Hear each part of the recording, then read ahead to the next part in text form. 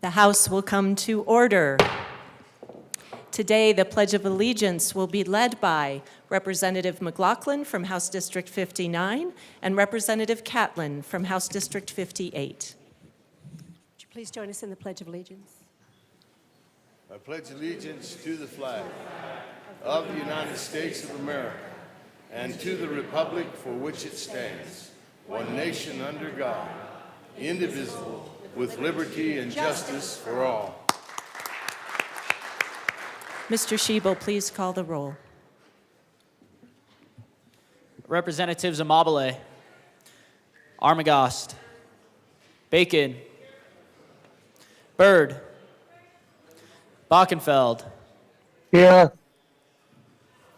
Basenecker, Bottoms, Here.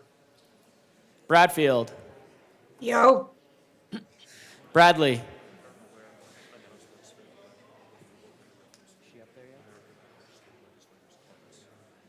Rep. Bradley's excused. Brown, Catlin, Clifford, Doherty is excused. DeGraff, Here.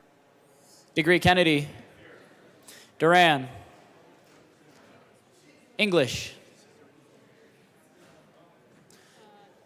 Representative English, Excused. Epps, Representative Epps, Excused.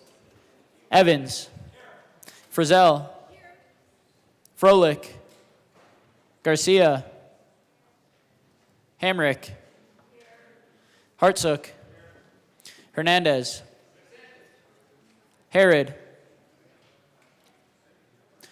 Representative Harrod,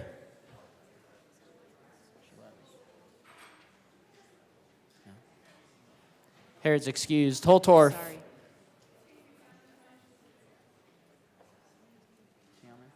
Rep. Holtorf.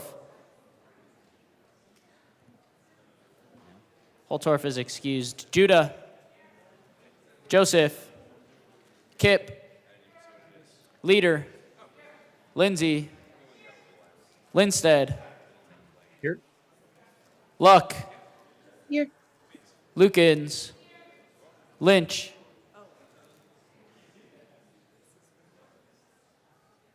Representative Lynch.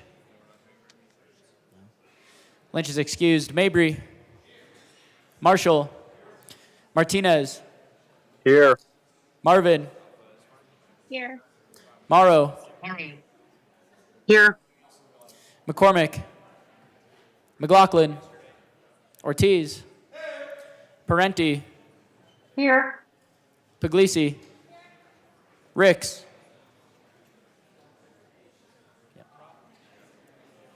Rutinel, Sirota, Snyder, Soper is excused. Story, Here. Taggart, Titone, Here. Valdez A, Velasco, Vigil, Weinberg, Weissman, Wilford, Present. Wilson, Winter, Here. Woodrow, Young, and Madam Speaker.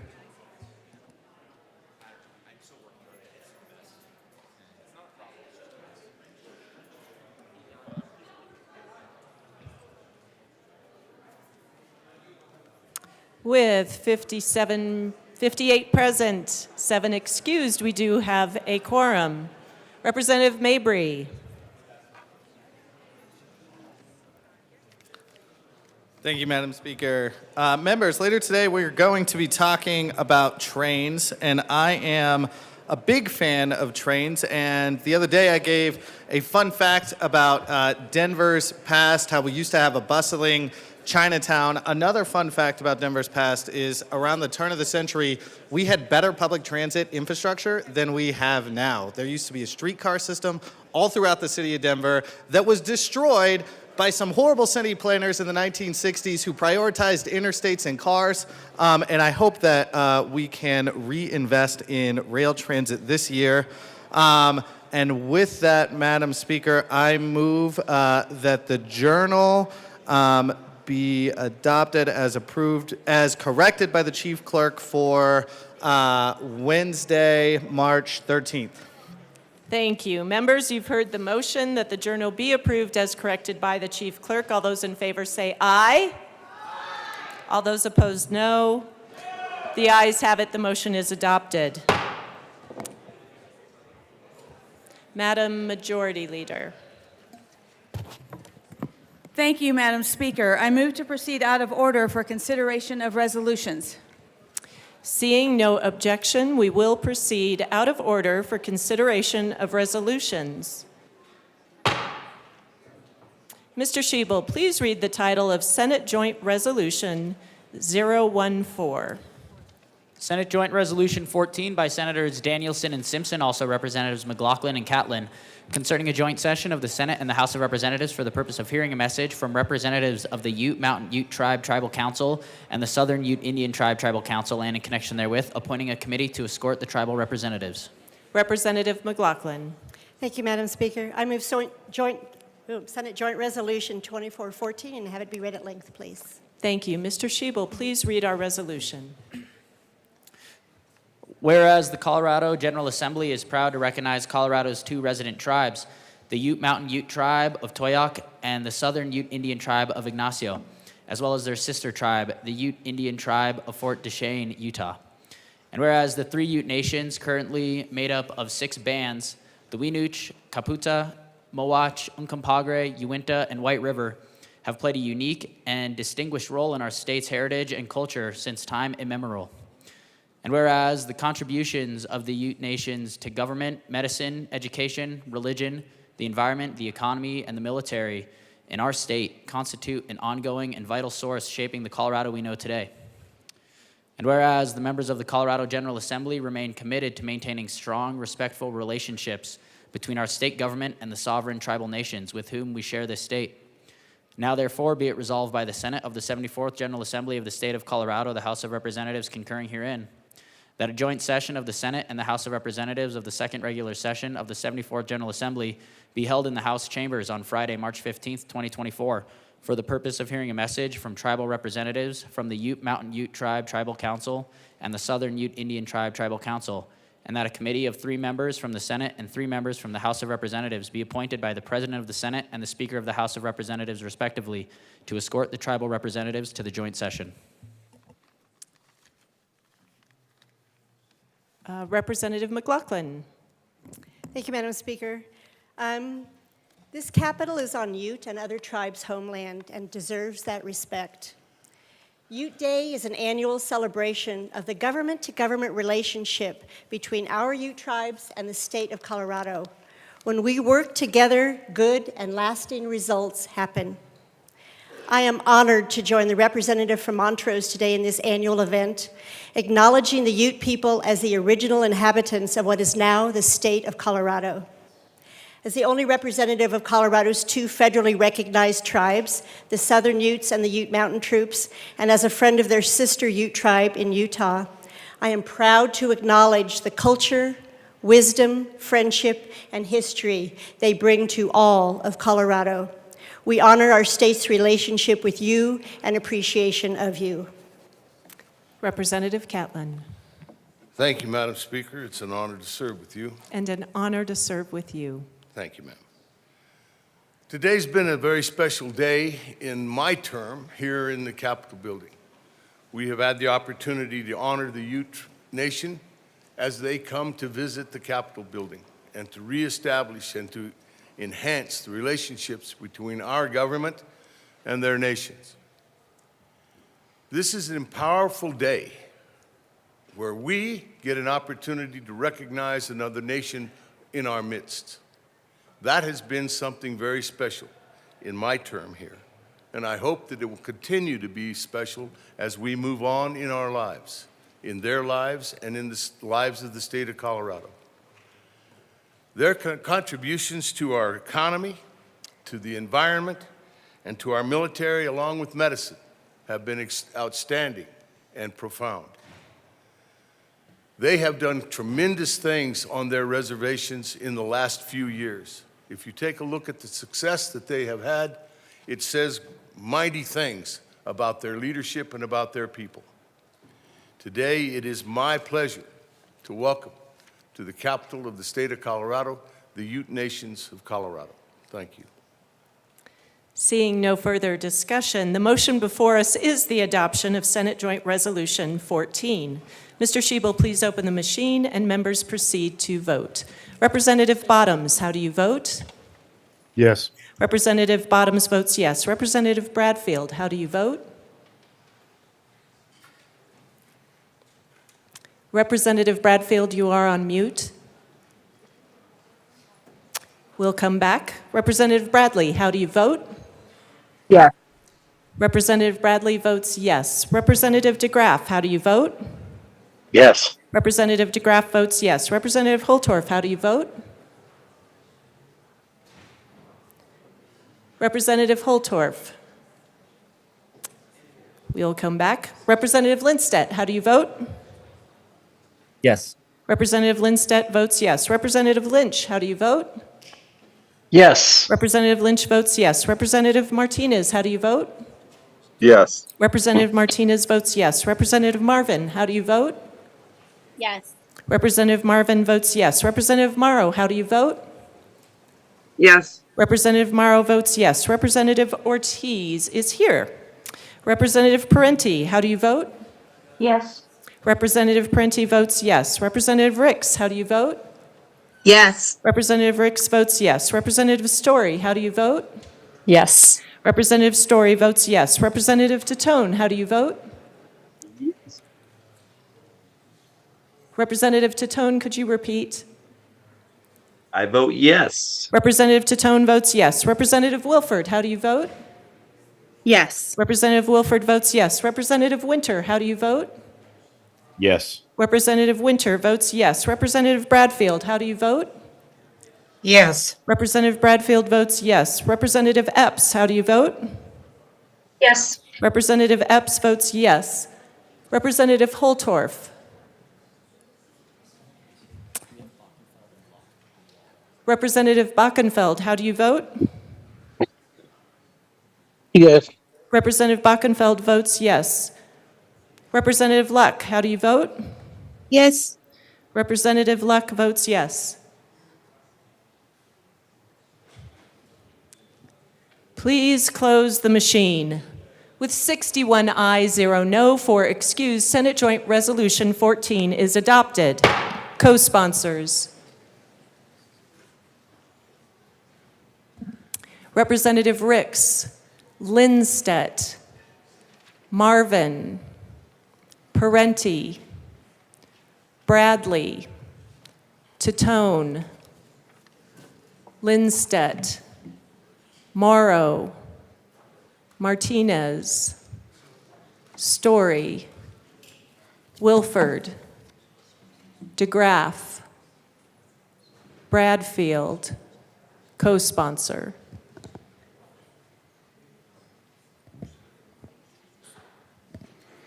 Please take your hand down if I called your name and you see your name highlighted on the screen.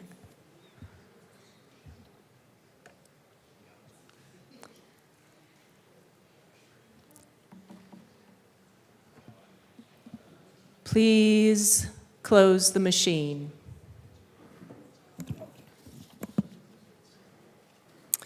Pursuant to the resolution, Majority Leader Duran and Representatives English and Catlin will be appointed as our escort committee. Madam Majority Leader. Thank you, Madam Speaker. Members, the joint session with the Ute Tribal Councils will be starting at 10:50 a.m. At this time, I move that the House stand in recess until after the joint session. Seeing no objection, the House will stand in recess until after the joint session.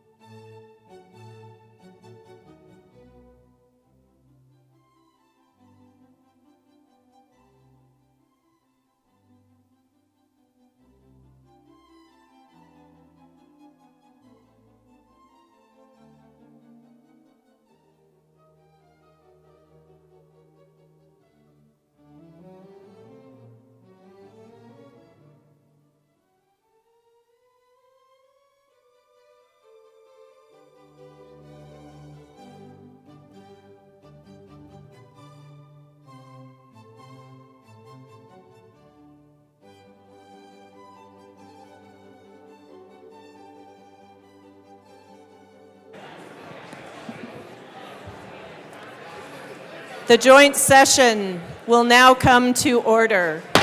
Senate Majority Leader Rodriguez.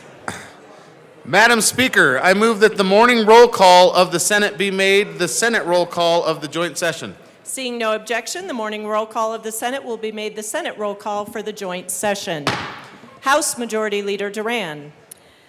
Madam Speaker, I move that the morning roll call of the House be made the House roll call of the joint session. Seeing no objection, the morning roll call of the House will be made the House roll call for the joint session. A quorum is present. As is customary, it is my privilege and honor to present the gavel to the President of the Senate, my dear friend, and ask him that he preside over today's proceedings.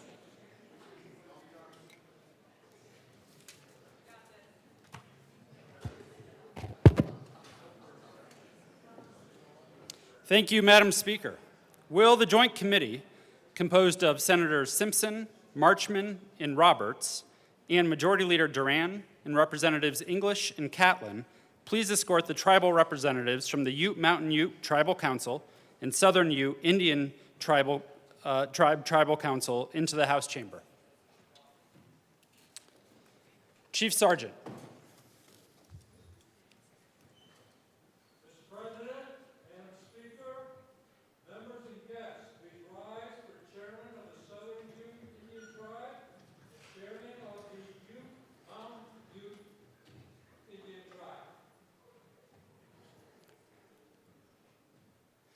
Will the Escort Committee please proceed to the podium?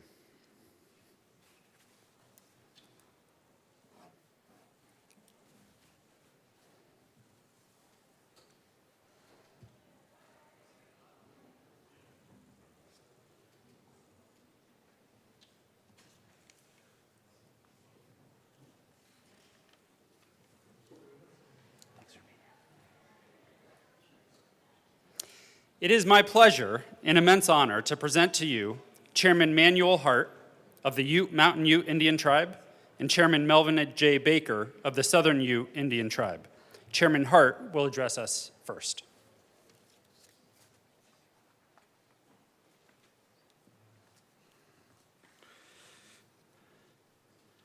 Hello and good morning. Bring an eagle feather with me to represent us as Ute people, as our creation story and how we came here on this earth. We as the mountain people are the Ute people. And today we have our tribal council members, our staff, our royalty from both tribes. Appreciate everyone coming.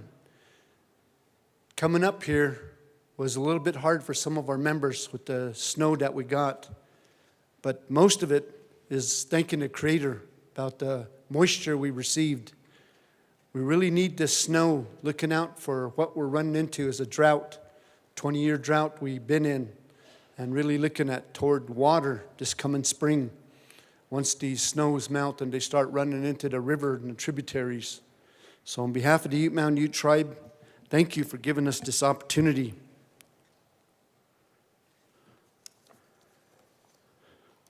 Before I go on, I'd like to say a little bit in Ute. The witch the layak nunu am that one burn. The num akronika, mam motiviatu, mam pinu watum, the layak chu. Nu churaka, suravits manoctus avich nemuich. Manoctus tutus muit the moisvich. Jetavachi moisu. Jetavachi yauku. Jetspurrapat no quet, weatherpat no quet. Manoctus mina avich nemuich. Jekavi ugucha.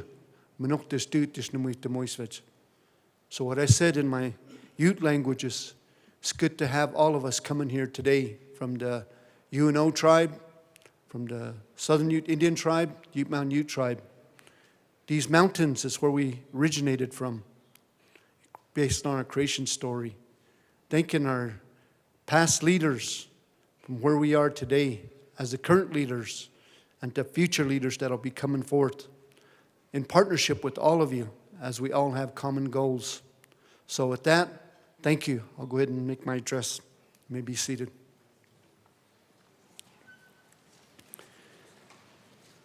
Hello and good morning, Governor Polis, Lieutenant Governor Primavera, and the Colorado Legislative Body today.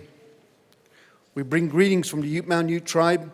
My name is Manuel Hart. I'm the Ute Mountain Ute Tribal Chairman. I'm also like to recognize one of our council members, Councilman Jacket, Conrad Jacket, who's with me. My other council members weren't able to make it, so they turned around and went back home and took care of stuff back at home.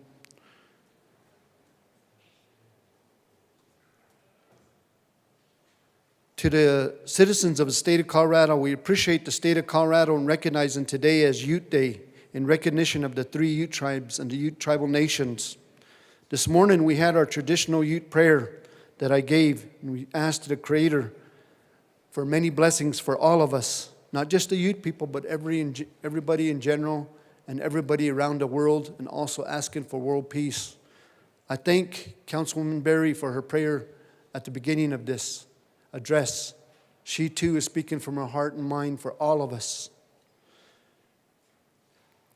Today, the state of Colorado recognizes all the Ute people that are here and at home. Today, Colorado has recognized our Ute tribal council members and our Ute veterans and our Ute royalty and all of our Ute tribal members that came. We are at home here in Denver. We are on our Aboriginal lands that our ancestors from the past once roamed. These Rocky Mountains from here in Denver all the way across the state, over to Salt Lake, in Utah, on down to northern New Mexico, and the northeast part of Arizona is the Aboriginal lands of the Ute people. Utes traveled all these mountains and valleys and plateaus, and we have today a very rich history from our Ute ancestors. It is truly an honor to be here, and we come before all of you to address our concerns from the Ute Mountain Ute Tribe. In 2022, there was legislation passed, Senate Bill 22-105, here in the Colorado legislatures, that we may have the opportunity to address the Joint General Assembly annually. We appreciate that and thank you for that government that we have, so that the 2 Ute tribes could put on the table our concerns and our issues so that we may address the state legislative body with our current and future legislation, working through a democratic process with our Colorado representatives and our Colorado state senators to sponsor or co-sponsor legislative bills on behalf of the 2 Ute tribes. The Ute Mountain Ute Tribe and the Southern Ute Indian Tribe of Colorado. There's also a 3rd Ute tribe that also comes from Colorado, but not established in Colorado, and that is the Uinta Array tribe of Utah. I would like to start off with 5 subjects, but I'll start off with the first one, history. Today, the critical race theory and the history of race and sex has become a challenge in 18 states across the United States, and they banned certain historical books about different ethnic groups, including Native Americans. Colorado is not one of those states. When there was a partnership formed with the state of Colorado and the 2 Ute tribes and other tribal members with the state on the mascot bill, it was a challenge for us. Some of the schools did not understand why they had to change their mascots. It was a teaching and a learning process for these school administrators and all the school supporters, parents, including the students. On derogatory acts of disrespect to these mascots and the beginning of each of the games, or with chants or hand gestures during the game, including the halftime events where some of the students were wearing a war bonnet or a headdress, these are disrespectful to Indian tribes. We have to and we must put into the public school a new curriculum, a true history of the past events, just like today during our family gatherings that we have that we'll celebrate this month with Easter. We tell our children of our family history, good and bad, so that we may all learn and not make the same mistakes, but make sound decisions and developing a vision for a better future for all of our families. Last year, we brought this up at this time, requesting an educational Native American history curriculum in our public schools. I noticed something we have been working on through a draft bill here in Colorado to include a broader and in-depth Native American history curriculum about all Native Americans' history, including the Ute people of Colorado. We as the Ute people have lived here in these Rocky Mountains for thousands of years. Within this geographical area, recognized today as the 4 states of Colorado, Utah, New Mexico, and Arizona. We were a nomadic tribe, and we traveled these mountains as the original stewards of these mountains. Today, the Utes are the oldest living resident in the state of Colorado. There has been some past U.S. legislation that has not been in the best interest of the Ute people, including other tribes across this country. We as the Ute people lost a majority of our Aboriginal lands that we once roamed in a matter of 40 years. From 1849 to 1890, which started with our first treaty with the United States government in 1849 in Abiquiu, New Mexico. There was some key legislation that removed the Ute people and other native tribes to reservations, like the Homestead Act, the Dawes Act, which is the General Allotment Act, the Indian Reorganization Act, the discovery of gold and silver and other rich minerals in these Rocky Mountains. We did not become U.S. citizens until 1924. President Calvin Coolidge signed the Indian Citizenship Act. The American Indians were the first people of this country and are the last to receive citizenship. Today, the Ute Mountain Ute tribe is located in the very southwest corner of Colorado on a tract of land 931 square miles. We're here today to help and partner with state of Colorado legislatures in creating an education history curriculum of the Ute tribes and possibly other Native American tribes. That is one subject. Number 2, health on the Ute Mountain Ute Reservation. Today, across the country, the health disparities is 3 times higher in tribal communities than most places in the country. Some of our tribal nations are covered, Indian tribal nations are covered through the IHS, Indian Health Service, some clinics and hospitals. Today, these clinics are chronically underfunded. Annually, these clinics and hospitals are based on user population, and funding increases are so far behind. For services and construction of new health clinics and hospitals, in 2022 budget, close to $7 billion was funded, less than half of what patients needed on tribal Indian reservations across this country. Another challenge that we brought up is that IHS has a lack of healthcare staff. Currently, right now, we have 14 healthcare position vacancies in our health clinic in Toyac. It takes almost 1 year for an applicant to go through a hiring process based on a background check of an applicant. By the time that applicant gets to the point of being hired after a year, they've already moved on to other opportunities and jobs. I would recommend to the legislative body reading A Quiet Crisis, Federal Funding and the Unmet Needs in Indian Country from the U.S. Commission on Civil Rights. There was a report put out that examined 6 federal agencies intended to provide services and assist Native American tribes across the country. And these 6 departments are U.S. Department of Interior, U.S. Department of Health and Human Services, U.S. Department of Housing and Urban Development, U.S. Department of Justice, U.S. Department of Education, and U.S. Department of Agriculture. In this report, the Commission assesses inadequacy of funding provided to these programs administered by these 6 U.S. departments and the unmet needs in Indian Country. This study reveals that the federal funding directed to Native American tribes through these programs with these agencies has not been sufficient enough to address the basic and very urgent needs of the indigenous people in this country. So today, I have a request to the Colorado State legislatures and to the Governor Polis.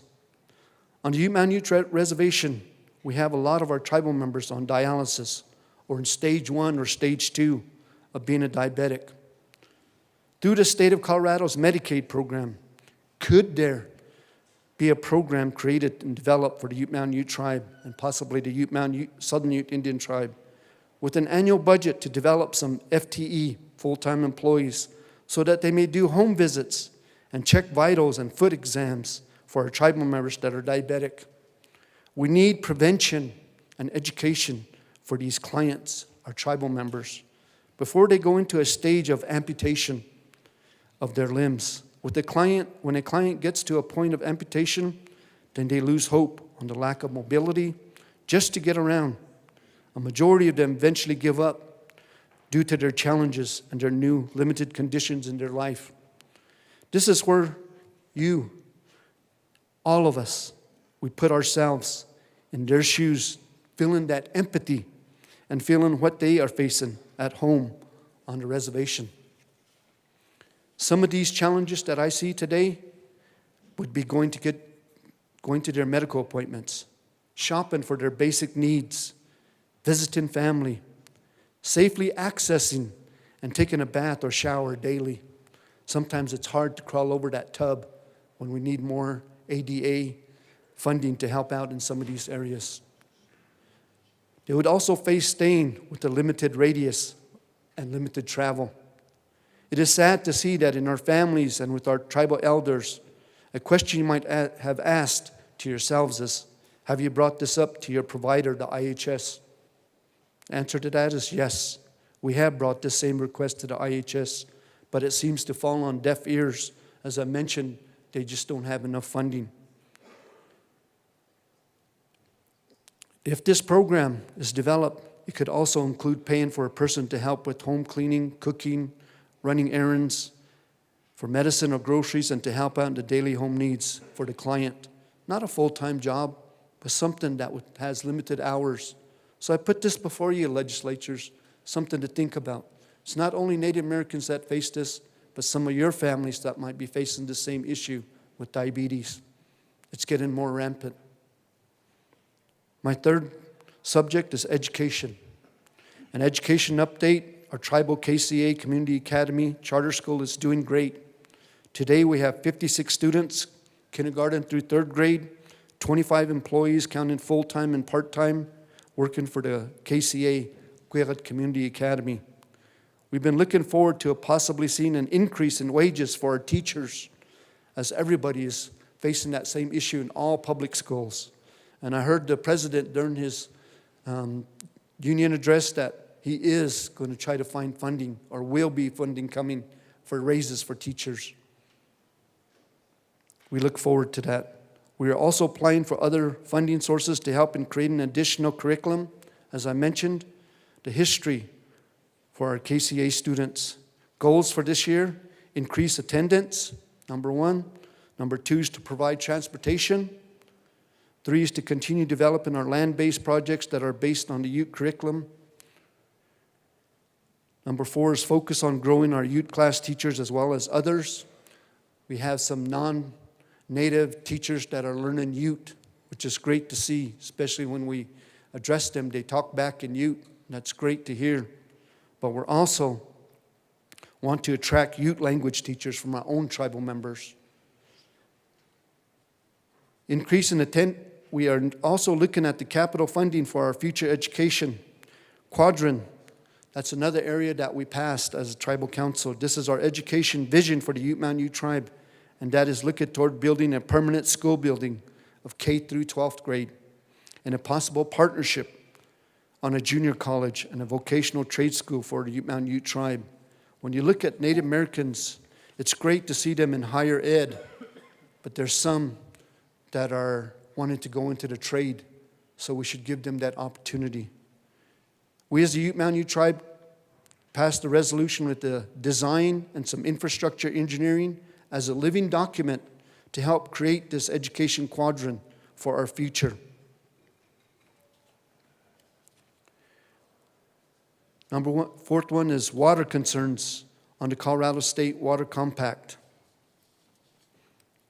Some of you might know that we are getting close to the 2026 interim guidelines for the Colorado River Basin.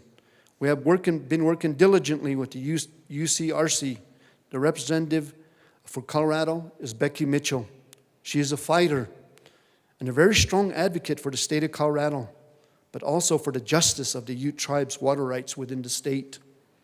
Each of these representatives are appointed by the governor of each of the states. Each of these representatives advocate on the state water rights and the future forecast for each of the 4 states of Colorado for the upper basin.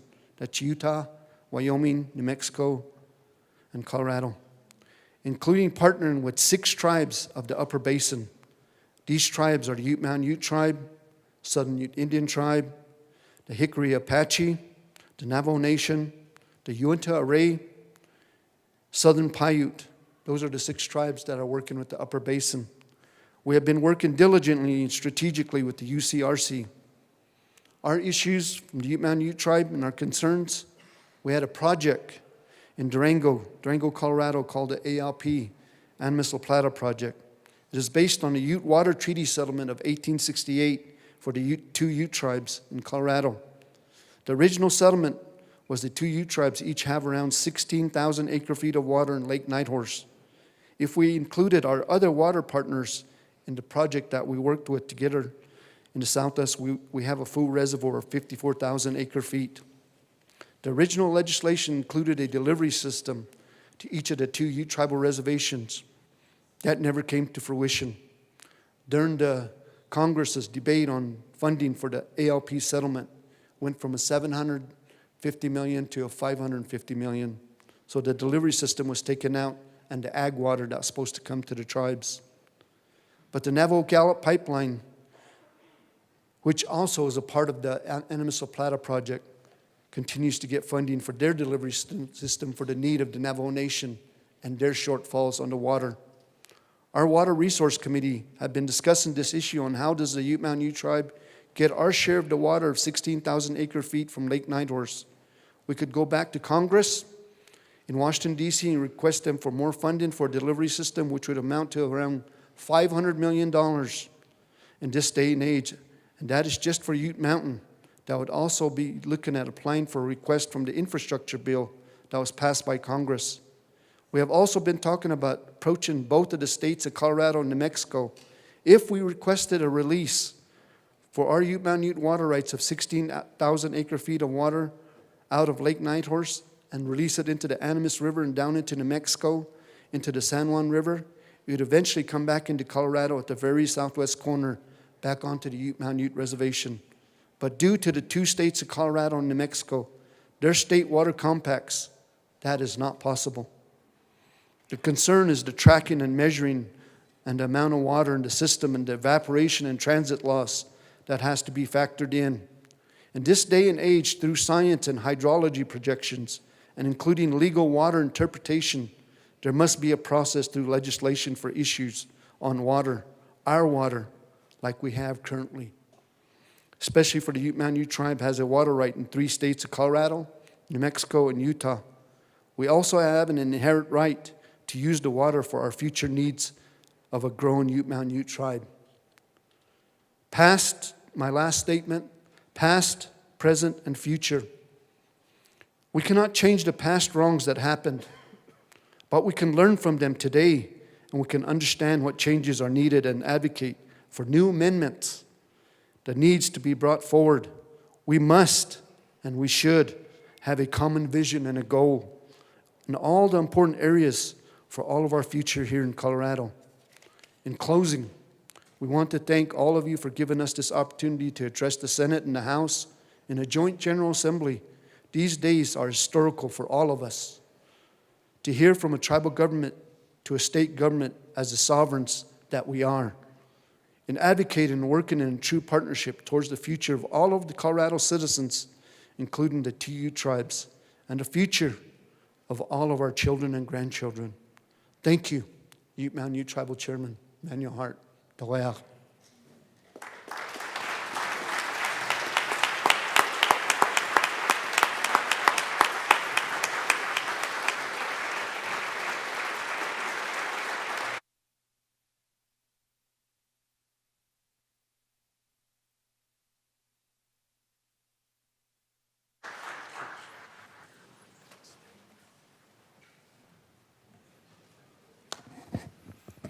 Mike, Tuichquist.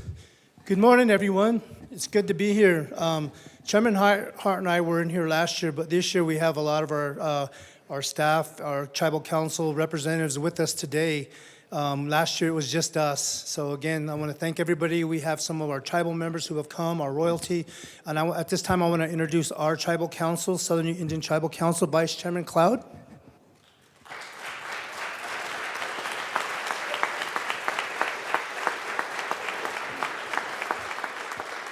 Treasurer Marvin Pinnacus, Councilman Pinnacus. Council Lady Marjorie Berry.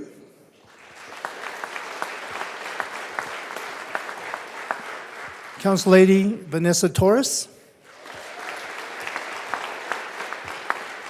Newly elected Councilman Andrew Gallegos.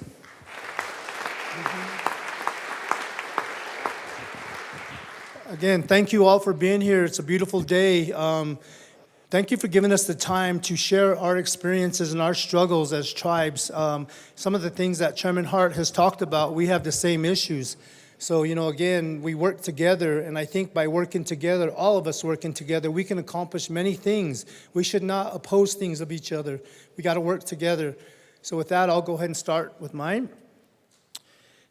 Mike, members of the Colorado House of Representatives and Colorado State staff and guests, thank you for the opportunity to address you today. My name is Melvin J. Baker. I am the chairman of the Southern Indian Tribe. Our tribe has a strong government-to-government relationship with the state of Colorado. State and tribal relations vary significantly across the country and are often strained. Colorado serves as a model for state-tribal relations. It's a relationship that we are continually working on and improving. And when I do travels out and meetings all over, let's just say I brag and say what kind of a great working relationship we have with the tribes and with the state. So we want to thank Colorado for being there and working with us. It's never easy, but we can get through it. But the relationship we have today has not always existed. Colorado, like many states, had a turbulent history with tribal governments, which includes broken promises and ignored treaties. Colorado, the Southern Ute Indian Tribe, and the Ute Mountain Indian Tribe have worked hard over the past decades to overcome that difficult history so that we may respect each other's sovereignty and working together for the benefit of all Coloradoans. But I am here today to tell you that we are in danger of damaging that relationship because of the actions of a few individuals who would rather dishonor our longstanding commitments for the short-term gain. To provide context concerning this danger, I would like to start with an introduction to the Southern Ute Indian Tribe. The Utes. The Ute people are the Utes are the oldest continuous inhabitants of what is now the state of Colorado. We do not have a migration story. According to our creation story, we were placed in the Rocky Mountains by Sinbad, who promised the Utes, even though they are few in number, we will be the mightiest and the most valiant of heart. The Ute people are resilient. We are still here fighting and advocating every day for our people and the lands that we inhabited. The lands of the Southern Ute Indian Tribe were at one time much larger. In 1849, we first entered into a treaty with the United States government, establishing a boundary between the Ute Nation and the United States. But as mining companies identified minerals on Ute lands, that treaty and successive treaties with the Utes were repeatedly broken.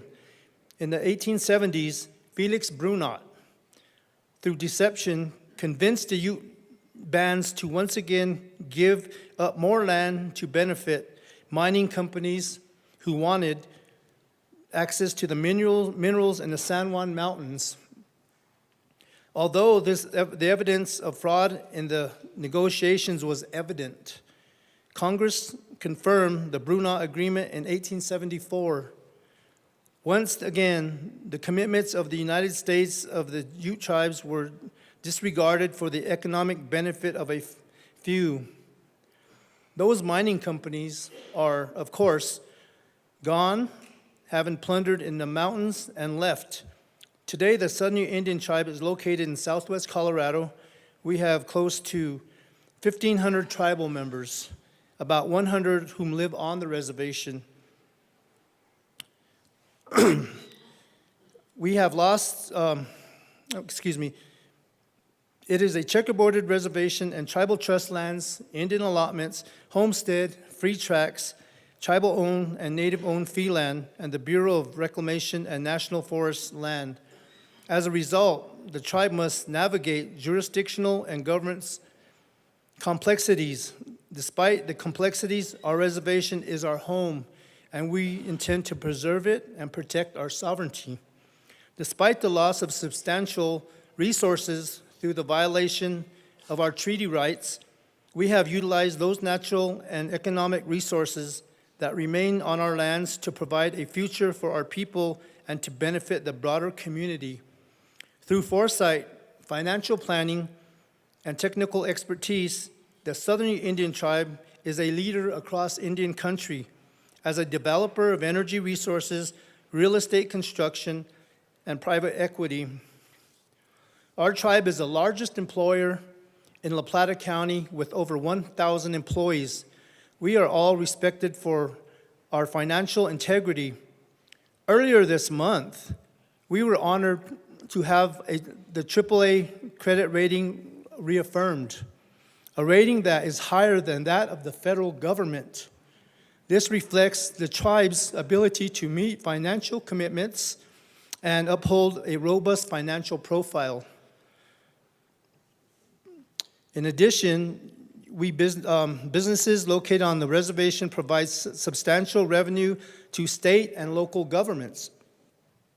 We provide health care for over 2,100 patients and almost 40,000 patient visits annually through our tribal member health benefit plan. We spend millions providing social services, law enforcement, detention, and judicial services for all of the Native population within the reservation boundaries. We provide elementary education for children, including non-tribal member children, through our Montessori Academy. We regulate air quality under the Clean Air Act on the reservation and maintain water quality standards exceeding those of the state and federal government. We maintain the Pine River Indian Irrigation Project, which brings water to tribal and non-tribal farmers on the reservation.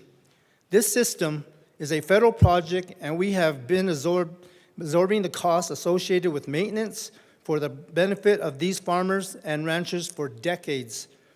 We are engaged in an $80 million incentive to bring broadband to the reservation communities servicing both tribal and non-tribal members. There is a hospital in La Plata County. Because the tribe provided the land for it and donated millions for the medical care it provides, we are utilizing tribal resources to bring affordable housing to the community so that necessary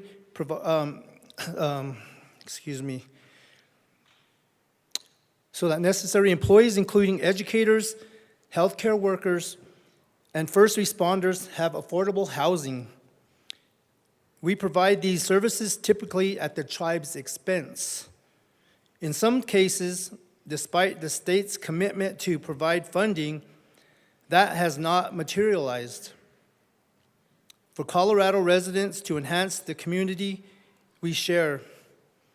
As we look ahead, I implore you to please remember these principles which serve as a foundation of our relationship and are essential to our shared progress.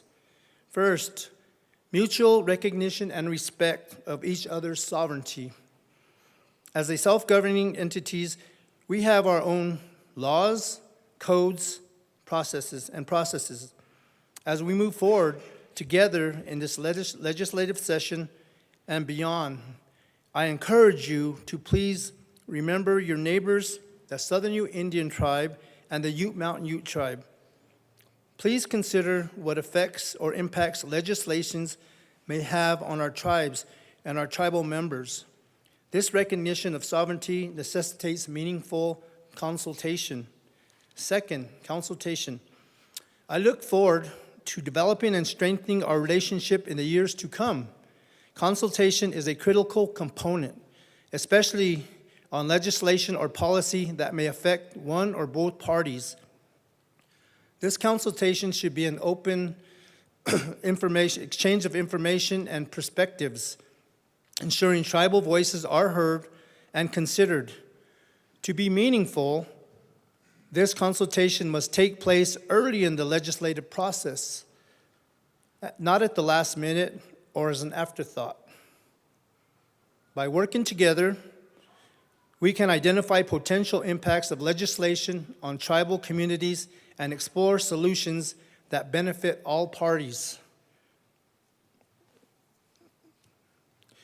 It allows us, I'm wearing my glasses. I'm gonna take them off. They're messing me up, sorry. It's the bifocal things. This cooperative spirit, even in the face of disagreement, is the cornerstone of a strong and resilient relationship. It allows us to leverage the diverse strengths and perspectives of our citizens, fostering innovation and tackling complex challenges more directly and effectively. By working together, we can bridge divides that build trust and create a sense of shared purpose. Ultimately, this cooperation is a fuel that propels us forward, enabling us to progress not just as individuals, but as united Coloradoans. I encourage all members of this body to join me in upholding these principles of mutual recognition, consultation, and cooperation. As I indicated in my opening remarks, these principles are in jeopardy today. While assimilation and eradication policies are long gone, there are now new proposals and actions promoted by a handful of individuals that risk filling these shoes and are designed to encourage the state to disregard the solemn commitments it made to the tribes for their individual economic benefit. I want to highlight 3 critical cases this morning. One, our first area is gaming. We have had a gaming compact with the state for almost 30 years. We have always honored our commitments under the compact, which was approved by this body and the Secretary of Interior. The language that the compact could not be more clear.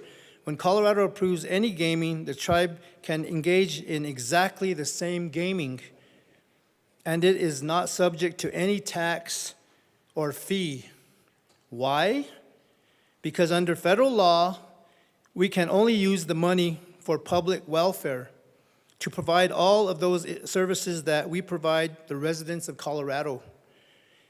When this body and the voters of Colorado approved sports betting 4 years ago, everyone knew that this permitted the tribe to also engage in sports betting. But the Colorado Department of Gaming has prevented my tribe and our sister tribe, the Ute Mountain Ute tribe, from engaging in sports betting, refusing to honor the compact. Various gaming interests from New York, Massachusetts, New Jersey, Nevada, and other states will try to encourage you not to honor the state's agreement for their economic benefit. Today, despite the legislation you passed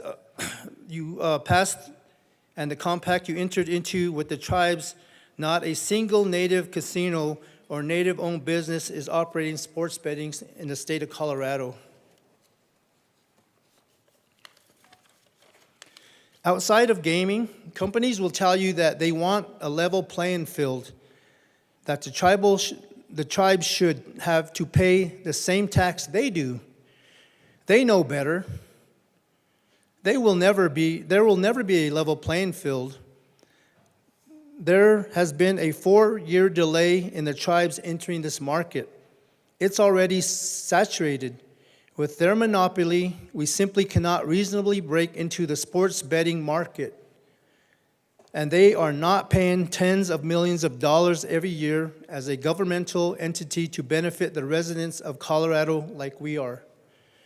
When I addressed this body last year, I made one request, that the state resolve this issue. We met with the governor. He assured us that under the new director of CODOG, that one of the priorities would be to visit the tribe and to resolve this issue. This individual has been in office since August, and we have never heard from him. Senator Rodriguez is prepared to introduce legislation on behalf of the tribes to bring this matter to a conclusion. The out-of-state gaming interests are opposing it. Even enough is enough. We are tired of broken promises. We thank Senator Rodriguez for his support, and we ask that you pass Senator Rodriguez's legislation this session. Number 2, next, I would like to discuss annexation. The last 2 centuries have been plagued by uneasing efforts and policies to remove our ancestral homelands and identity from our people. One would think that the days of taking land from the tribes is over, but it continues today. A brief look at history shows a pattern of promises made, promises broken, and tribal land removed from tribal control. In 1868, the Utes entered into a treaty with the United States government to create the original reservation, which allocated approximately 15 million acres of acres on the western slope for the absolute and undisturbed use for occupation of the Ute people. 5 years later, in 1873, the Brunot Agreement carved out an additional 3.7 million acres of land. Still, these large land cessions were not enough. In 1880, Congress removed the Southern Utes to unoccupied agricultural lands on the La Plata River. This removal followed the Meeker Incident, which erupted when our ancestors resisted assimilation, and the U.S. responded by withholding treaty-guaranteed food and supplies. In the aftermath, the Utes agreed to open the remainder of the 1868 reservation to non-native settlement. In 1895, Congress passed the Allotment Act, which further breached treaty promises and forever opened the remainder of the land to homesteading. By 1934, more than half of our reservation was occupied by non-native homesteaders. This history has cast a long shadow. Today, our reservation is comprised of a fragment of lands originally promised to us. The tribe has worked very hard over the years to establish cooperative relationships with the state, particularly with La Plata County, to address these complexities. Unfortunately, we are confronted once more with official efforts to encroach on our lands. A neighboring city seeks to annex the lands within reservations' exterior boundaries, which would result in more jurisdictional complexity. If successful, this could lead to tribal lands being subjected to annexation by outside governments and would severely infringe on our sovereignty. We have lost enough land. Tribal lands must remain tribal lands unless the tribe consents to the release. I strongly urge you, the Senate, to act swiftly to protect our home, our land, and our sovereign interests, and to pass legislation immediately to prohibit the annexation of tribal lands without the tribe's consent. I commend and thank Senator Jesse Danielson, Senator Cleve Simpson, House Majority Leader Representative Monica Duran, and House Majority Leader Rose Pugliese for their sponsorship of a bill addressing the annexation of reservation land in Colorado, and President Fenberg and their leadership for the approval of a late bill. Finally, we will protect our tribal water. Water is critical to our way of life. We are taught to respect the water, and we use it in our prayers and ceremonies. We are protecting the water for our current needs, and we are protecting the water for our future generations. Conservation of natural resources is fundamental to our Ute identity. The tribe has worked long and hard to settle its water rights. Congress confirmed our 1986 settlement, which resulted in a quantified water right and authorization of the Animas La Plata project. This settlement act was later amended in 2000. Nevertheless, we are continuously working to ensure that others do not take the tribe's water rights. The tribe has 2 water projects. One, the Animas La Plata project, which was authorized by the 1988 Settlement Act. The primary objective of this project was to supply agricultural, municipal, and industrial water to the Southern Ute and Ute Mountain Ute. However, the 2000 amendments eliminated the agricultural component. As a result, the water can only be used for municipal and industrial uses. The tribe has not found a feasible use for the water yet, due to the 2 hurdles: limited infrastructure and the high cost of managing the water once it is assessed. However, we are exploring options to utilize this water to benefit our tribal members and the community now and into the future. Second, the Pine River Irrigation Project was designed, PRIP, was designed to force farming on Utes by the Bureau of Indian Affairs. The construction of ditches in the late 1800s and the last major improvement was in the 1960s. The Bureau of Indian Affairs owns the PRIP and has the responsibility of operating and maintaining the system. The project runs 175 miles with 2,100 individuals, structures, but only 15% is in good operable condition.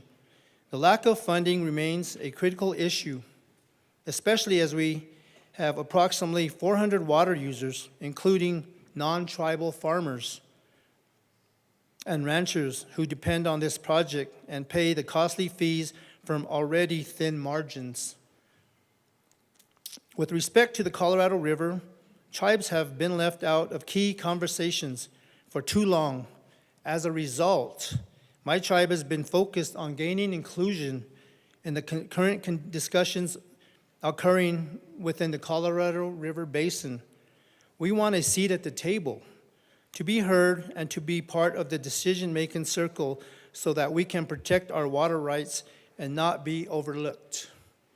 We want the basin tribes to commit to protecting tribal water rights. In addition, we want a commitment that there will be no caps placed on the future development of our water resources. We appreciate the state of Colorado's effort in including and amplifying tribal voices in water conversations. For example, Commissioner Rebecca Mitchell has been vocal in supporting tribal inclusion in water in the Colorado River Basin discussions. Additionally, the Colorado River Drought Task Force and the Subtask Force have a seat for representatives from both Ute tribes. We thank the Colorado legislature for drafting a joint memorial to make a request to Congress to fully allocate the water infrastructure improvements for the Nation Act fund, and particularly Senators Roberts, Simpson, and Danielson, Speaker Mikulski, and Representatives McLaughlin, Catlin for sponsoring this memorial. We appreciate your support to secure funding for the PRIP. We would also like to thank Attorney General Phil Weiser for his vigilance in supporting the interests of the state of Colorado in protecting the state and tribe's water rights and ensuring the tribe has a seat at the table in all negotiations. The Southern Ute Indian Tribe and the state of Colorado have a unique relationship. We need to continue it. We must preserve it and protect it. We may disagree, but we always find a way to move forward through working relationships formalized by compacts and memoranda of agreements. Let strength of our relationship allows for even difficult issues to be addressed through mutual accountability. Let us not allow special interests to destroy what makes Colorado so special. In recognition of the groundwork laid by our ancestors, past tribal leaders, and legislators, let us commit ourselves to carrying out their legacy to build a better tomorrow for all of us, for us all. Tuayak, thank you.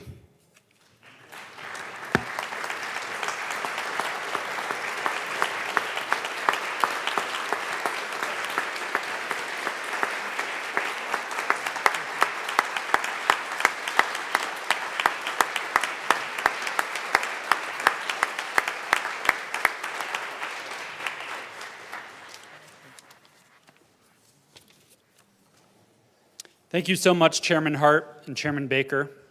Will the committee please escort the tribal representatives from the chamber?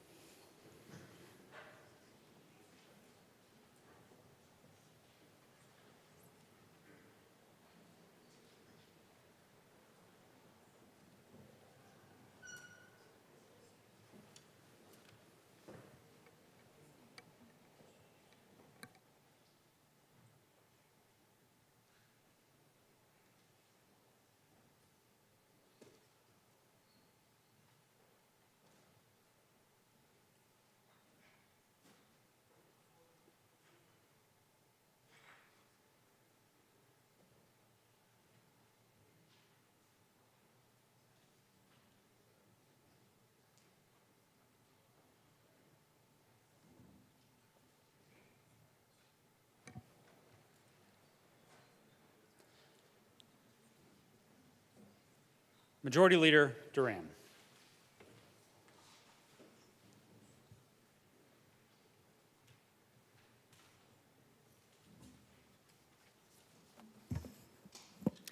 Thank you, Mr. President. I move that the message from the tribal representatives be printed in the House Journal.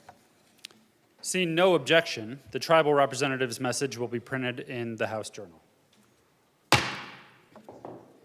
Senate Majority Leader Rodriguez. Thank you, Mr. President. I move the joint session be dissolved. Seeing no objection, the joint session is now dissolved.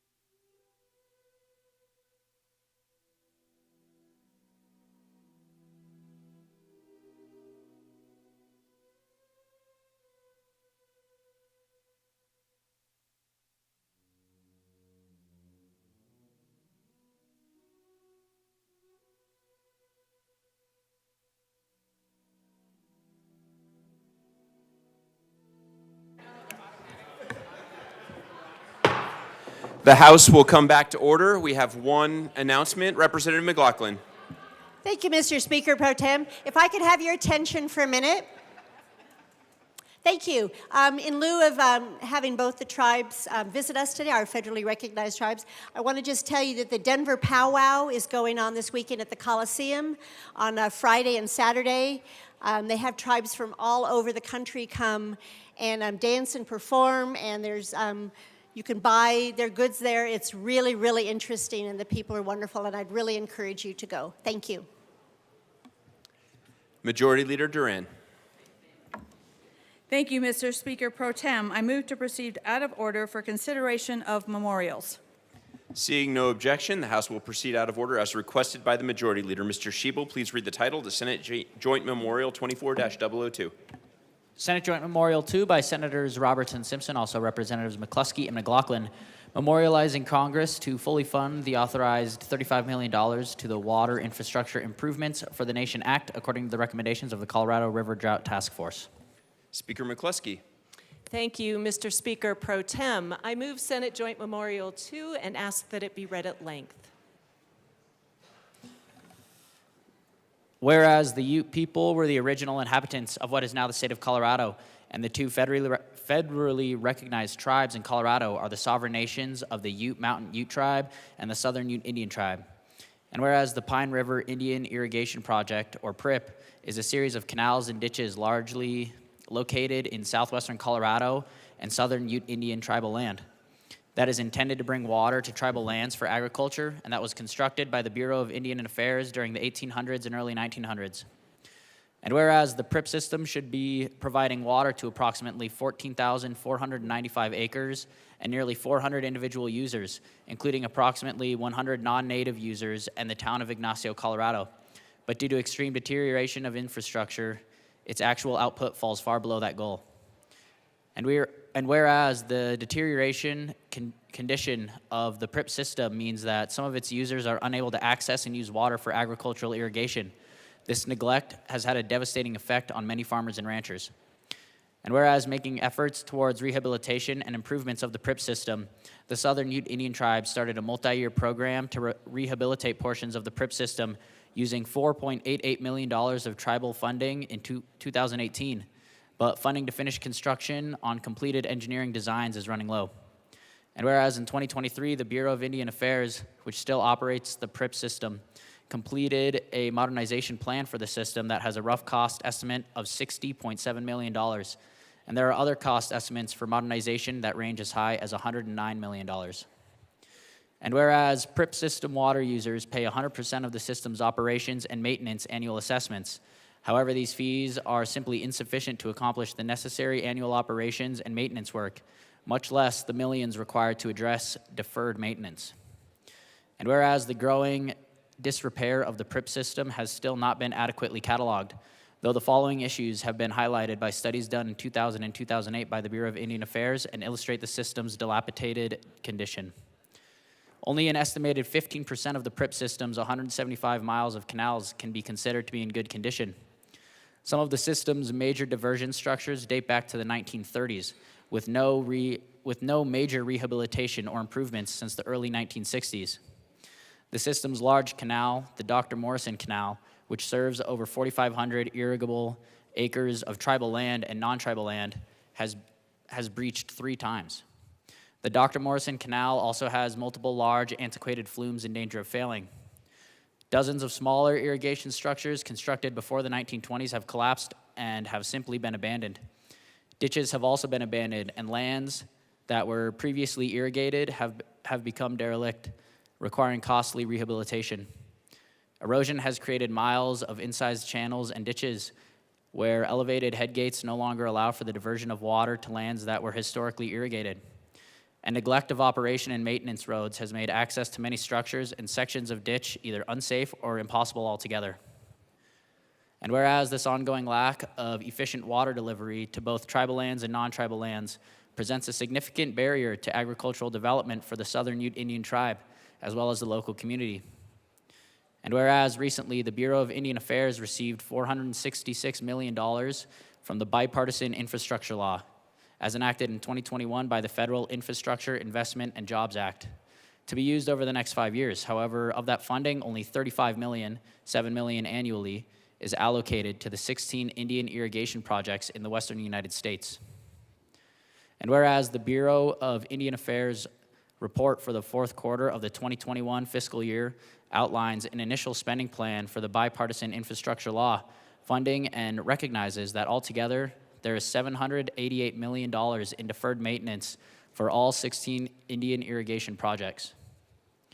And whereas funding to address some of the PRIP system's needs was authorized in the Federal Water Infrastructure Improvements for the Nation Act, or the WIN Act, which was enacted in 2016.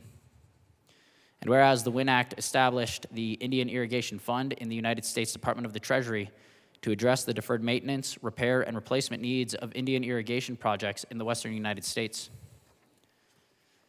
And whereas the WIN Act came as a great relief to the Southern Ute Indian Tribe and many other tribes who had been requesting help with decaying federal irrigation projects for decades. But repairs under the WIN Act meant an unexpected delay.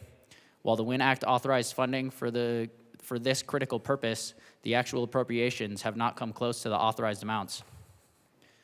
And whereas in 2020, the Bureau of Indian Affairs Southern Ute Agency received WIN Act funding, and the amount awarded was approximately $135,000.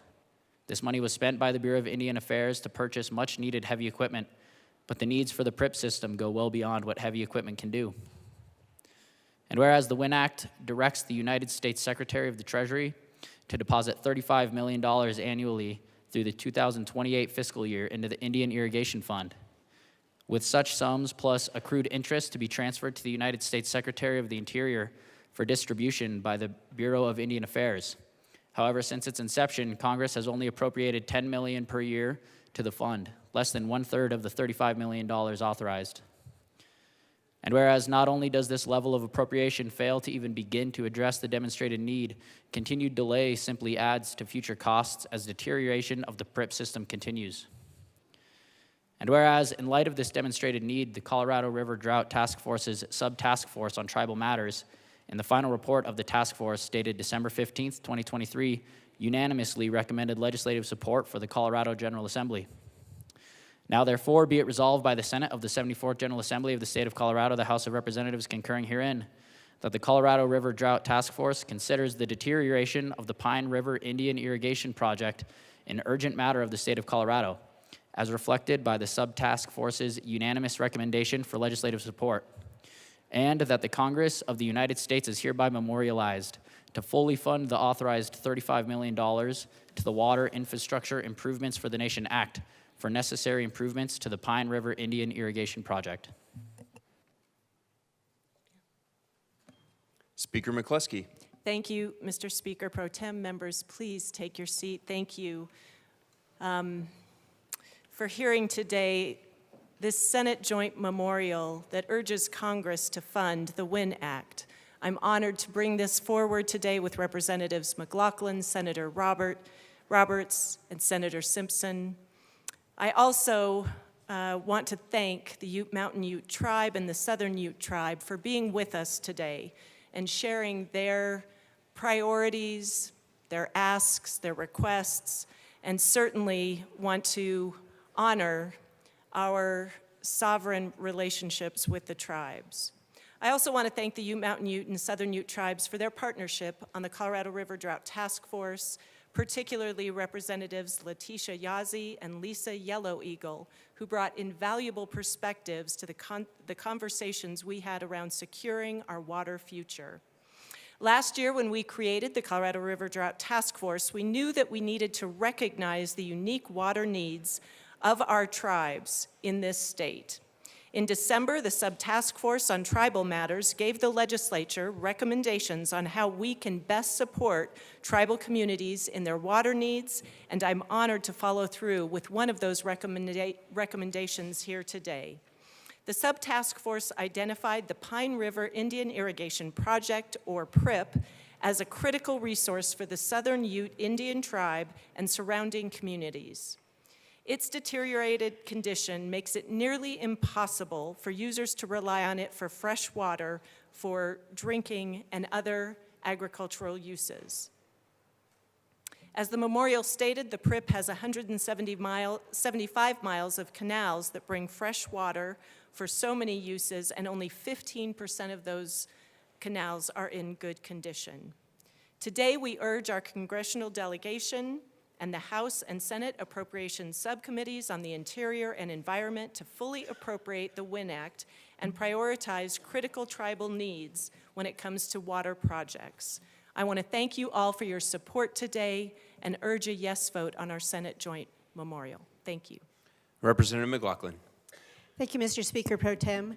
And I thank the Speaker for giving an excellent outline of what is going on here. And we also heard it from both Chairmans Baker and Hart today. So I think you get to hear it several times in different forms, but it all comes with urgency. We are asking the federal government to make good on its promise to deposit $35 million annually, not the $10 million it now deposits into the Indian Irrigation Fund through 2028. Funding the Pine River Indian Irrigation Project on Southern Ute tribal land, which is in my district, will bring the water and money owed to tribal lands to address the system's crumbling infrastructure, dwindling funds, and decay of this federal irrigation project. The lack of attention it has received has prevented progress and agricultural development for both the tribal lands and the town of Ignacio. Some of these federal structures were built before the 1920s, and of course they're falling apart, and they're in desperate need of promised help. Our tribal neighbors deserve to have the access to water and opportunities other water users in the state currently have. The tribes need to be compensated for their loss, and I urge an aye vote on this resolution. Is there any further discussion? Seeing none, the question before us is the passage of Senate Joint Memorial 24002. Mr. Schiebel, please open the machine, and members, please proceed to vote. Members participating remotely in alphabetical order, Representative Bottoms, how do you vote? Yes. Representative Bottoms votes yes. Representative Bockenfeld. No. Representative Bockenfeld votes no. Representative Bradfield.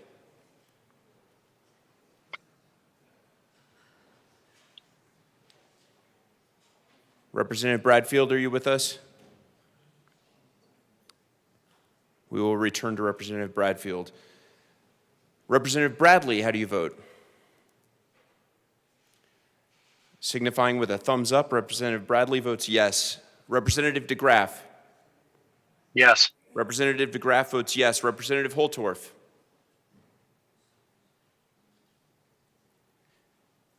Representative Holtorf, are you with us? Okay, we will return to Representative Holtorf. Representative Lindstedt, how do you vote? Yes. Representative Lindstedt votes yes. Representative Lynch, how do you vote? Yes. Representative Lynch votes yes. Representative Martinez, how do you vote? Yes. Representative Martinez votes yes. Representative Marvin, how do you vote? Yes. Representative Marvin votes yes. Representative Morrow, how do you vote? Yes. Representative Morrow votes yes. Representative Parenti. Yes. Representative Parenti votes yes. Representative Ricks. Yes. Representative Ricks votes yes. Representative Story. Yes. Representative Story votes yes. Representative Titone. Yes. Representative Titone votes yes. Representative Wilford. Yes. Representative Wilford votes yes. Assistant Minority Leader Winter. Yes. Representative Winter votes yes. Trying again, Representative Bradley. I'm sorry, Representative Bradfield. Representative Bradfield is excused. I just realized I skipped Representative Luck. Representative Luck, how do you vote?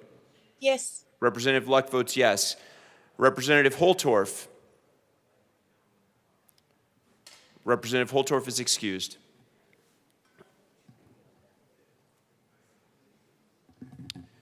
Please close the machine. Well, there it goes. Looks like I just missed my vote. Dang it.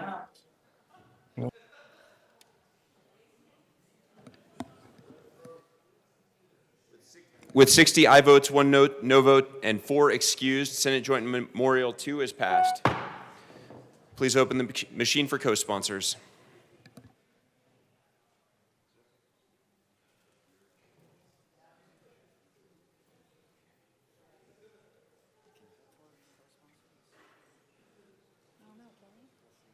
Members participating remotely, I see interest in co-sponsoring from Representatives Morrow, Representative Wilford, Representative Story, Representative Bradley, Representative Parenti.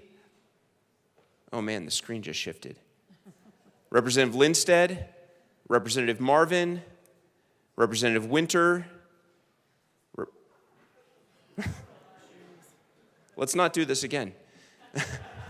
Representative Titone, Representative Ricks, Representative Martinez, Representative Lynch, Representative Holtorf,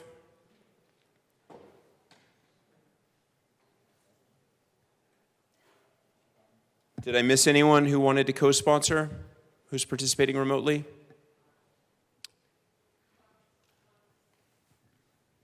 Someone is saying Representative Bottoms. Do I not see that on the screen? I don't see him on the screen. He's on the screen. Okay, I do not see a hand for co-sponsoring. Representative DeGraff co-sponsors. Okay, last call. Okay, please close the machine.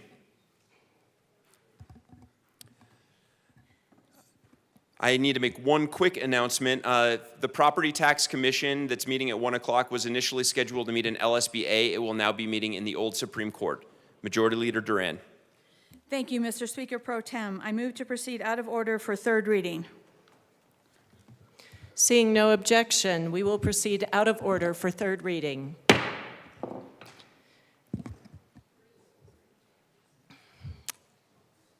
Mr. Schiebel?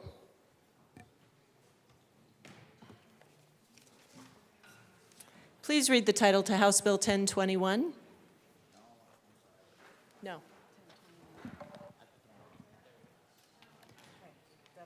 That was incorrect. Mr. Schiebel, please read the title to Senate Bill 135.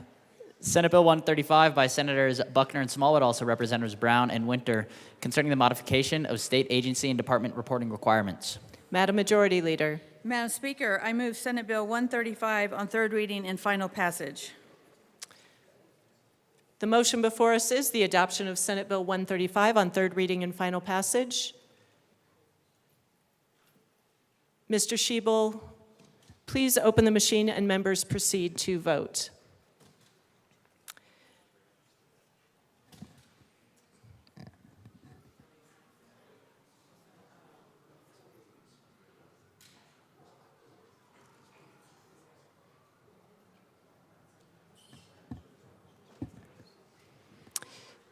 For those participating remotely, Representative Bottoms, how do you vote?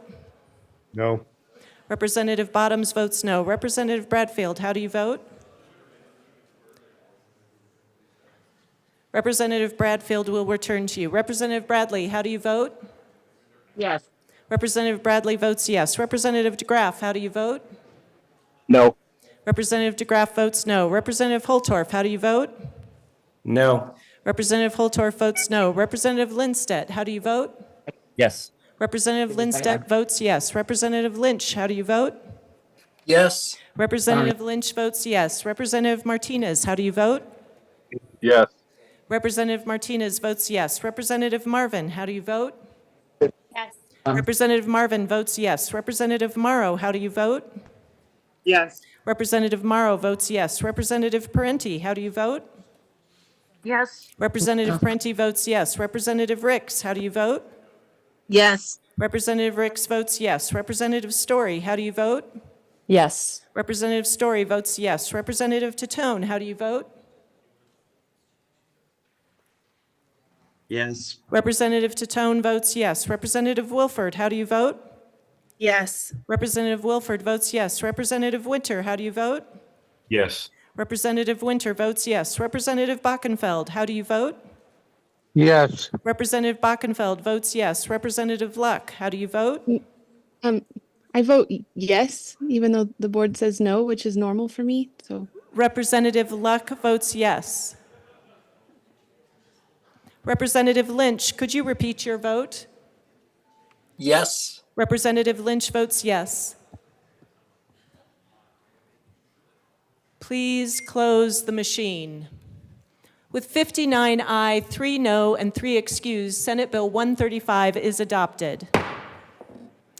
Members who are participating remotely, we only have 2 more bills to go. I would ask that all of you be on screen, remain on screen while we get through these bills to help us expedite our voting. I will also ask that you raise your hand and leave it raised until we get all names called for co-sponsors. Thank you. Co-sponsors, members.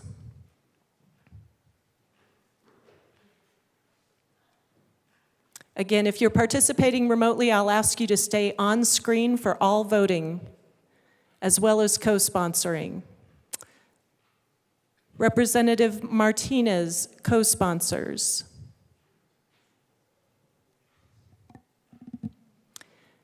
Please close the machine. Mr. Schiebel, please read the title to Senate Bill 105. Senate Bill 105 by Senator Henriksen, also Representatives Epps and McLaughlin, concerning clarifications to the fees imposed by the Department of Revenue related to fuel products. Madam Majority Leader. Madam Speaker, I move Senate Bill 105 on third reading and final passage.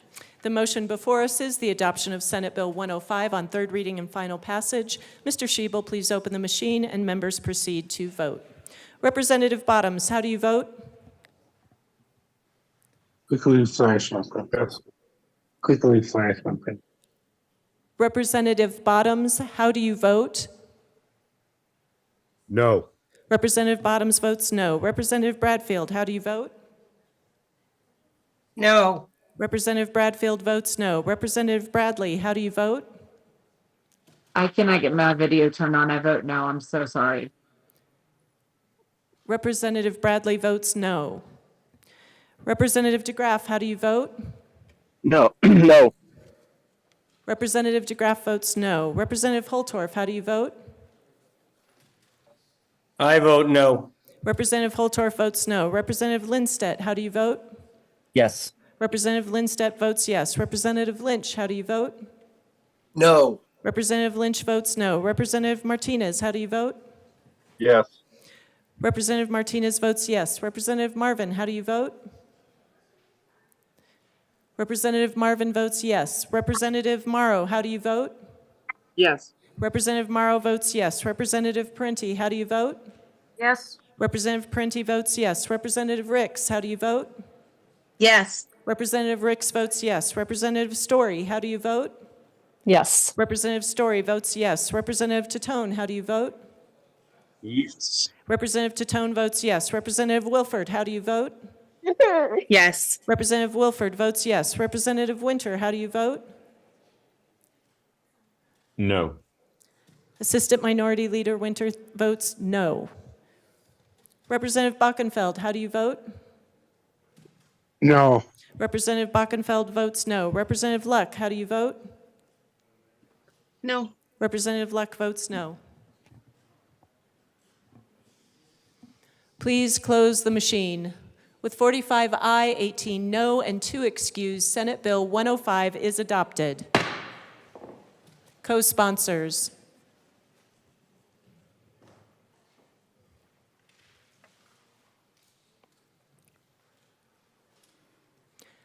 Please close the machine. Mr. Schiebel, please read the title to Senate Bill 6. Senate Bill 6 by Senators Rodriguez and Fields, also Representatives English and Bradfield, concerning considering factors related to the capability to participate in the judicial process and determining whether to place a person into a pretrial diversion program. Madam Majority Leader. Madam Speaker, I move Senate Bill 6 on third reading and final passage.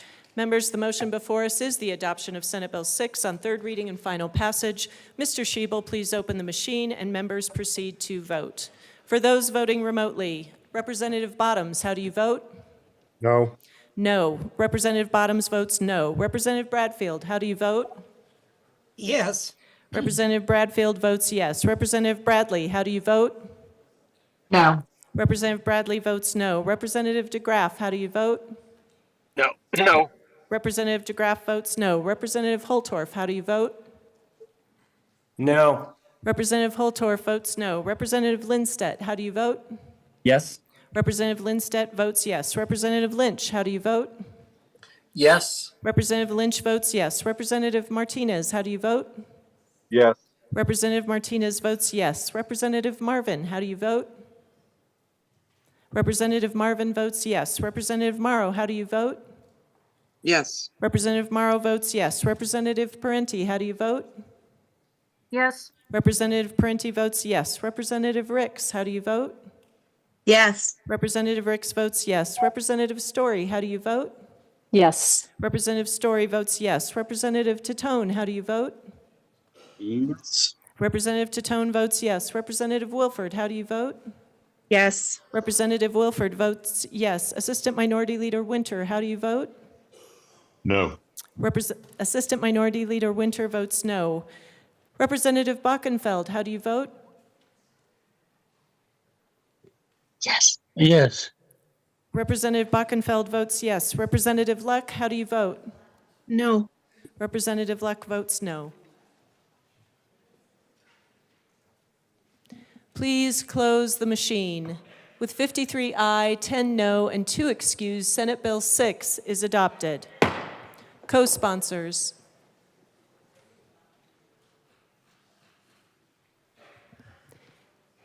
Again, if you are voting remotely, please raise your hand and leave it raised until I have gone through all of the co-sponsors. Representative Parenti, Story, Martinez, Ricks, co-sponsor.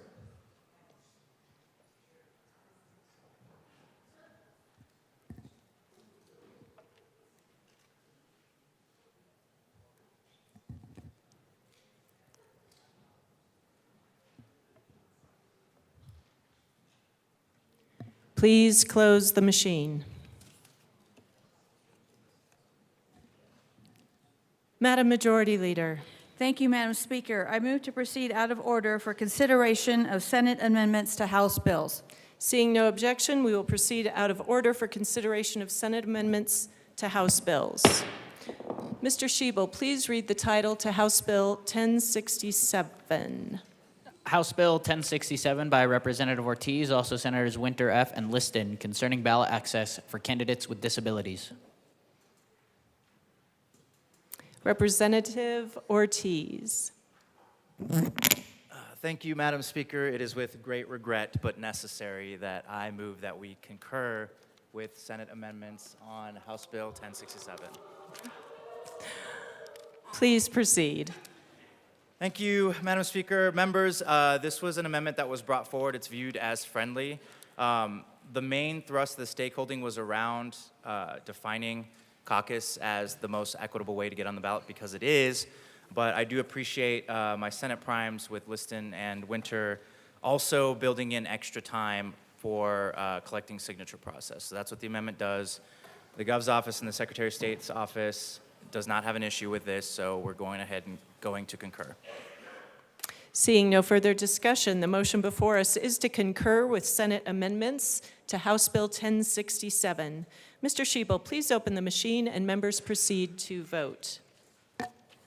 For those participating remotely, please stay on screen. Representative Bottoms, how do you vote? Yes. Representative Bottoms votes yes. Representative Bradfield, how do you vote? Yes. Representative Bradfield votes yes. Representative Bradley, how do you vote? Representative Bradley, I'm sorry. Can you? Yes. Yes. Representative Bradley votes yes. Representative DeGraff, how do you vote? Yes. Representative DeGraff votes yes. Representative Holtorf, how do you vote? Yes. Representative Holtorf votes yes. Representative Lindstedt, how do you vote? Yes. Representative Lindstedt votes yes. Representative Lynch, how do you vote? Yes. Representative Lynch votes yes. Representative Martinez, how do you vote? Yes. Representative Martinez votes yes. Representative Marvin, how do you vote? Yes. Representative Marvin votes yes. Representative Morrow, how do you vote? Yes. Representative Morrow votes yes. Representative Parenti, how do you vote? Yes. Representative Parenti votes yes. Representative Ricks, how do you vote? Representative Ricks, you're on mute. Yes. Representative Ricks votes yes. Representative Story, how do you vote? Yes. Representative Story votes yes. Representative Tatone, how do you vote? Yes. Representative Tatone votes yes. Representative Wilford, how do you vote? Yes. Representative Wilford votes yes. Assistant Minority Leader Winter, how do you vote? Yes. Assistant Minority Leader Winter votes yes. Representative Bockenfeld, how do you vote? Yes. Representative Bockenfeld votes yes. Representative Luck, how do you vote? Yes. Representative Luck votes yes. Please close the machine. With 63 ayes, 0 no, 2 excused, House Bill 10, motion to concur with Senate amendments to House Bill 1067 is adopted. Members, we are on third readings. I will ask you to keep conversations to a minimum. Madam Majority Leader. Thank you, Madam Speaker. I move for the repassage of House Bill 1067 as amended. The motion before us is the repassage of House Bill 1067 as amended. Mr. Schiebel, please open the machine and members proceed to vote. Representative Bottoms, how do you vote? Yes. Representative Bottoms votes yes. Representative Bradfield, how do you vote? Yes. Representative Bradfield votes yes. Representative Bradley, how do you vote?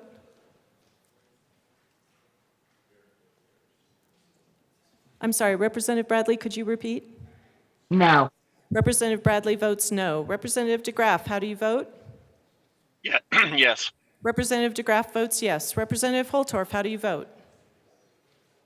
Yes. Representative Holtorf votes yes. Representative Lindstedt, how do you vote? Yes. Representative Lindstedt votes yes. Representative Lynch, how do you vote? Yes. Representative Lynch votes yes. Representative Martinez, how do you vote? Yes. Representative Martinez votes yes. Representative Marvin, how do you vote? Yes. Representative Marvin votes yes. Representative Morrow, how do you vote? Yes. Representative Morrow votes yes. Representative Parenti, how do you vote? Yes. Representative Parenti votes yes. Representative Ricks, how do you vote? Yes. Representative Ricks votes yes. Representative Story, how do you vote? Yes. Representative Story votes yes. Representative Tatone, how do you vote? Yes. Representative Tatone votes yes. Representative Wilford, how do you vote? Yes. Representative Wilford votes yes. Assistant Minority Leader Winter. Yes. Assistant Minority Leader Winter votes yes. Representative Bockenfeld, how do you vote? Yes. Representative Bockenfeld votes yes. Representative Luck, how do you vote? Yes. Representative Luck votes yes. Please close the machine. With 62 aye, 1 no, and 2 excused, House Bill 1067, as amended, is repassed. Co-sponsors.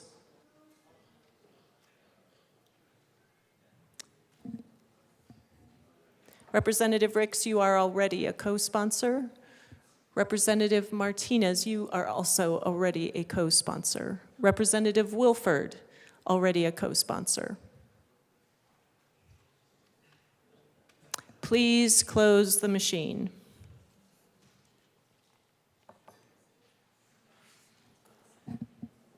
Mr. Schiebel, please read the title to House Bill 1035. House Bill 1035 by Representatives Basenecker and Judah, also Senators Hawkes, Lewis, and Will, concerning technical modifications to the laws governing the Colorado Health Benefit Exchange and in connection therewith modifying the criteria for membership on and the number of meetings of the Colorado Health Insurance Exchange Oversight Committee, adjusting the timeline for certain reports and presentations regarding the operation of the exchange, and directing the exchange to annually present its financial and operational plans and major board actions to the committee. Whew. Thank you, Mr. Schiebel. Representative Judah. Thank you, Madam Speaker. In the halls of debate, where voices soar, a health care bill stands at the door. Amidst the din of differing views, a path to progress we must choose. Representative Basenecker. Thank you, Madam Speaker. For in these amendments, a chance is found to heal the wounds to solid ground. Agreeing with change, we pave the way toward brighter tomorrows, come what may. And with that, we move to concur in Senate amendments to House Bill 1035. Do you have anything else to add besides the wonderful poetry? Seeing none, the motion before us is to concur with Senate amendments to House Bill 1035. Mr. Schiebel, please open the machine and members proceed to vote. For those voting remotely, Representative Bottoms, how do you vote? No. Representative Bottoms votes no. Representative Bradfield, how do you vote?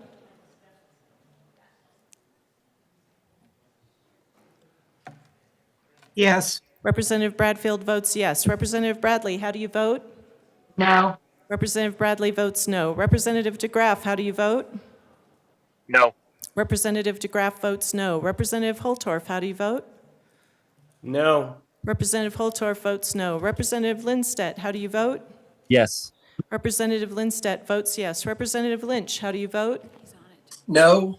Representative Lynch votes no. Representative Martinez, how do you vote? Yes. Representative Martinez votes yes. Representative Marvin, how do you vote? Yes. Representative Marvin votes yes. Representative Morrow, how do you vote? Yes. Representative Morrow votes yes. Representative Parenti, how do you vote? Yes. Representative Parenti votes yes. Representative Ricks, how do you vote? Yes. Representative Ricks votes yes. Representative Story, how do you vote? Yes. Representative Story votes yes. Representative Tatone, how do you vote? Yes. Representative Tatone votes yes. Representative Wilford, how do you vote? Yes. Representative Wilford votes yes. Assistant Minority Leader Winter, how do you vote? No. Assistant Minority Leader Winter votes no. Representative Bockenfeld, how do you vote? No. Representative Bockenfeld votes no. Representative Luck, how do you vote? Yes. Representative Luck votes yes. Please close the machine. With 49 aye, 14 no, and 2 excused, the motion to concur with Senate amendments on House Bill 1035 is adopted. Madam Majority Leader. Madam Speaker, I move for the repassage of House Bill 1035 as amended. The motion before us is for the adoption of House Bill 1035 as amended. Mr. Schiebel, please open the machine and members proceed to vote. Representative Bottoms, how do you vote? No. Representative Bottoms votes no. Representative Bradfield, how do you vote? No. Representative Bradfield votes no. Representative Bradley, how do you vote? No. Representative Bradley votes no. Representative DeGraff, how do you vote? No. Representative DeGraff votes no. Representative Holtorf, how do you vote?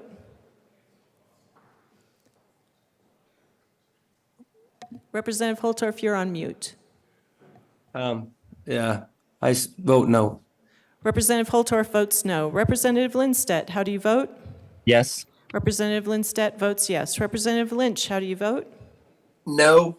Representative Lynch votes no. Representative Martinez, how do you vote? Yes. Representative Martinez votes yes. Representative Marvin, how do you vote? Representative Marvin, we could not hear you. Could you signal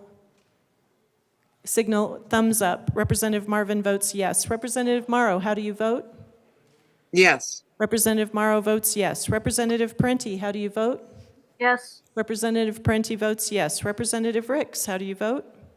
Yes. Representative Ricks votes yes. Representative Story, how do you vote? Yes. Representative Story votes yes. Representative Tatone, how do you vote? Yes. Representative Tatone votes yes. Representative Wilford, how do you vote? Yes. Representative Wilford votes yes. Assistant Minority Leader Winter, how do you vote? No. Assistant Minority Leader Winter votes no. Representative Bockenfeld, how do you vote? No. Representative Bockenfeld votes no. Representative Luck, how do you vote? No. Representative Luck votes no. Please close the machine. With 47 aye, 16 no, and 2 excused, House Bill 1035 as amended is repassed. Co-sponsors.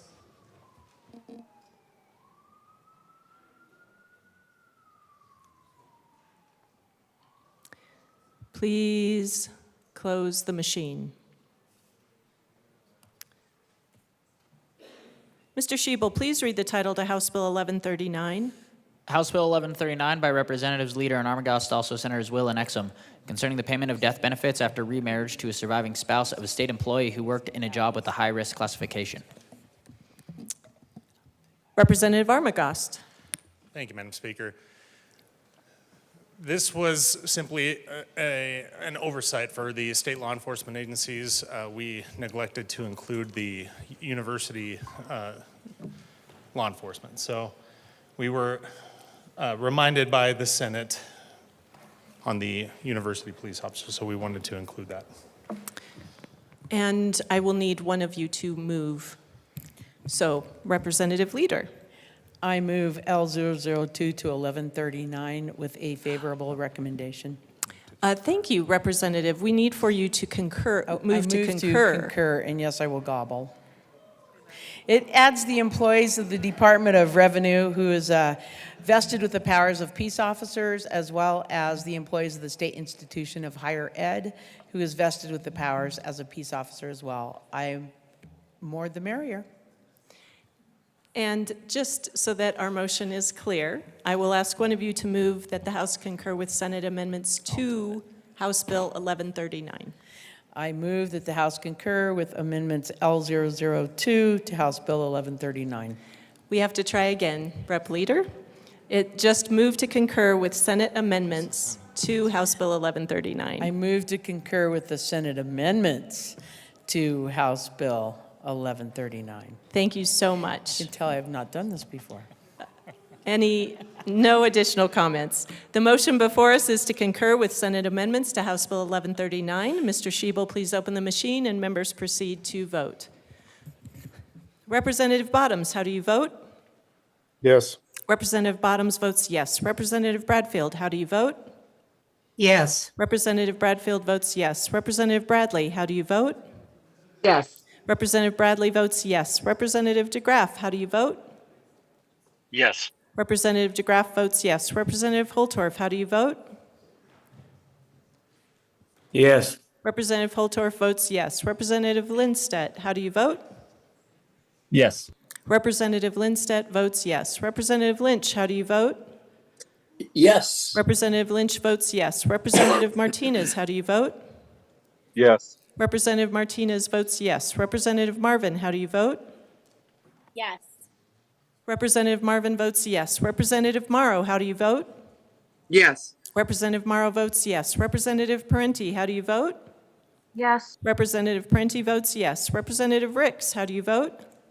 Yes. Representative Ricks votes yes. Representative Story, how do you vote? Yes. Representative Story votes yes. Representative Tatone, how do you vote? Representative Tatone votes yes. Representative Wilford, how do you vote? Yes. Representative Wilford votes yes. Assistant Minority Leader Winter, how do you vote? Yes. Assistant Minority Leader Winter votes yes. Representative Bockenfeld, how do you vote? Yes. Representative Bockenfeld votes yes. Representative Luck, how do you vote? Yes. Representative Luck votes yes. Rep. Garcia. Please close the machine. With 63 ayes, 0 no, and 2 excused, the motion to concur with Senate amendments to House Bill 1139 is adopted. Madam Majority Leader. Madam Speaker, I move for the repassage of House Bill 1139 as amended. The motion before us is the repassage of House Bill 1139 as amended. Mr. Schiebel, please open the machine and members proceed to vote. Representative Bottoms, how do you vote? Yes. Representative Bottoms votes yes. Representative Bradfield, how do you vote? Yes. Representative Bradfield votes yes. Representative Bradley, how do you vote? Yes. Representative Bradley votes yes. Representative DeGraff, how do you vote? No. Representative DeGraff votes no. Representative Holtorf, how do you vote? No. Representative Holtorf votes no. Representative Lindstedt, how do you vote? Yes. Representative Lindstedt votes yes. Representative Lynch, how do you vote? Yes. Representative Lynch votes yes. Representative Martinez, how do you vote? Yes. Representative Martinez votes yes. Representative Marvin, how do you vote? Yes. Representative Marvin votes yes. Representative Morrow, how do you vote? Yes. Representative Morrow votes yes. Representative Parenti, how do you vote? Yes. Representative Parenti votes yes. Representative Ricks, how do you vote? Yes. Representative Ricks votes yes. Representative Story, how do you vote? Yes. Representative Story votes yes. Representative Tatone, how do you vote? Yes. Representative Tatone votes yes. Representative Wilford, how do you vote? Yes. Representative Wilford votes yes. Assistant Minority Leader Winter, how do you vote? No. Assistant Minority Leader Winter votes no. Representative Bockenfeld, how do you vote? Yes. Representative Bockenfeld votes yes. Representative Luck, how do you vote? No. Representative Luck votes no. Rep. Woodrow. Please close the machine. With 57 ayes, 6 no, and 2 excused, House Bill 1139, as amended, is repassed. Co-sponsors.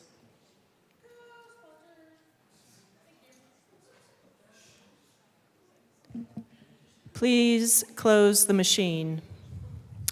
Mr. Schiebel, please read the title to House Bill 1155. House Bill 1155 by Representative Velasco, also Senator Cutter, concerning modifications to the statutes that guide the management of certain public safety emergencies. Representative Velasco. Thank you so much, Madam Speaker. So this amendment is one that was added in the Senate that is to clarify different funding opportunities for the state to get reimbursed for expenditures made during emergency response, and I concur. So I move that the House concur with the Senate amendments to House Bill 1155. Thank you very much. The motion before us is to concur with Senate amendments to House Bill 1155. Mr. Schiebel, please open the machine and members proceed to vote. Representative Bottoms, how do you vote? No. Representative Bottoms votes no. Representative Bradfield, how do you vote? Yes. Representative Bradfield votes yes. Representative Bradley, how do you vote? No. Representative Bradley votes no. Representative DeGraff, how do you vote? No. Representative DeGraff votes no. Representative Holtorf, how do you vote? Yes. Representative Holtorf votes yes. Representative Lindstedt, how do you vote? Yes. Representative Lindstedt votes yes. Representative Lynch, how do you vote?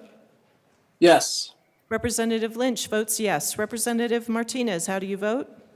Yes. Representative Martinez votes yes. Representative Marvin, how do you vote?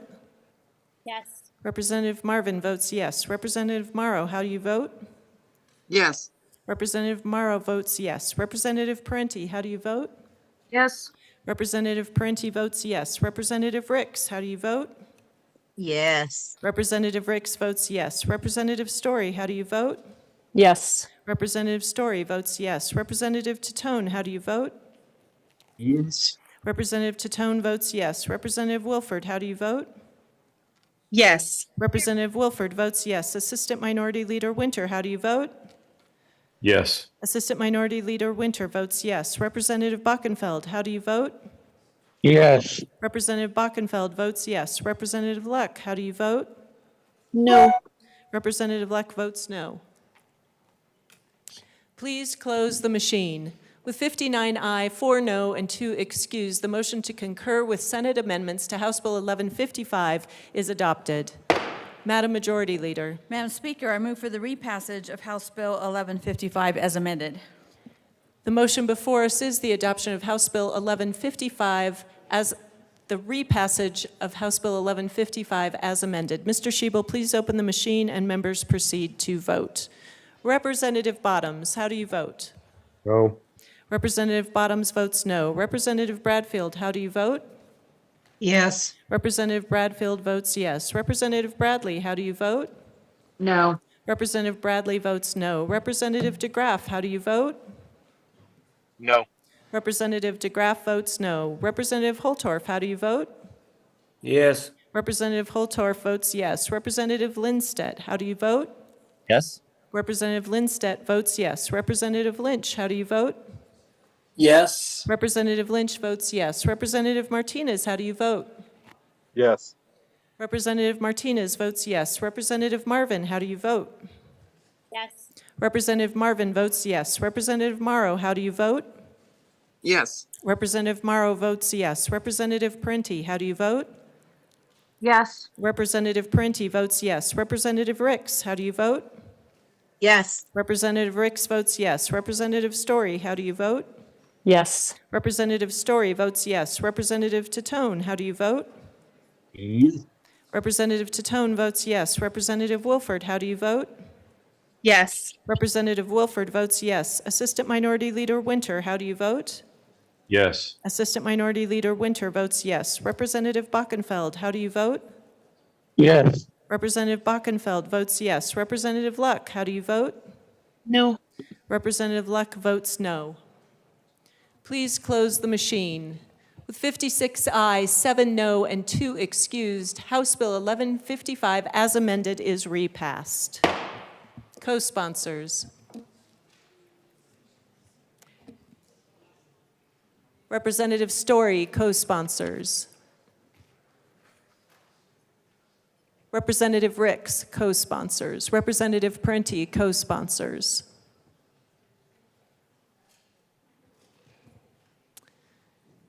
Please close the machine. I hope we'd never have another snow day and have that many people voting remotely again. Mr. Schiebel, please read our reports of committees of reference. Committee on Appropriations, after consideration on the merits, the committee recommends the following: House Bills 1030 as amended, 1089, 1178, 1250, 1254 as amended, and 1319 as amended be referred to the Committee of the Whole with favorable recommendation. Committee on Health and Human Services, after consideration on the merits, the committee recommends the following: House Bills 1132 as amended and 1276 be referred to the Committee on Finance with favorable recommendation. Committee on Judiciary, after consideration on the merits, the committee recommends the following: House Bill 1348 be amended as followed, and as so amended be referred to the Committee of the Whole with favorable recommendation. Committee on Transportation, Housing, and Local Government, after consideration on the merits, the committee recommends the following: House Bills 1266 as amended and Senate Bill 138 as amended be referred to the Committee of the Whole with favorable recommendation. House Bill 1302 be amended as followed, and as so amended be referred to the Committee on Appropriations with favorable recommendation. Members, I have one announcement. Representatives Sirota, Byrd, Taggart, Degree, Kennedy, and Frizzell will be excused at such time as needed so that the Joint Budget Committee and the Property Tax Commission can meet. Madam Majority Leader. Thank you, Madam Speaker. I move that the following bills be added to the special orders calendar on Friday, March 15th at 12:46 p.m. House Bill 1154, House Bill 1229, House Bill 1250, Senate Bill 93, House Bill 1161, House Bill 1318, Senate Bill 79, House Bill 1089, Senate Bill 119, and House Bill 1266. Seeing no objection, the bills listed by the Majority Leader will be added to the special orders calendar on Friday, March 15th at 12:46 p.m.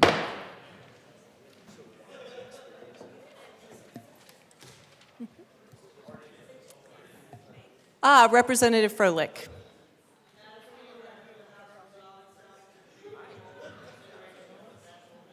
Members, you've heard the motion. Seeing no objection, Representative Froelich will take the chair.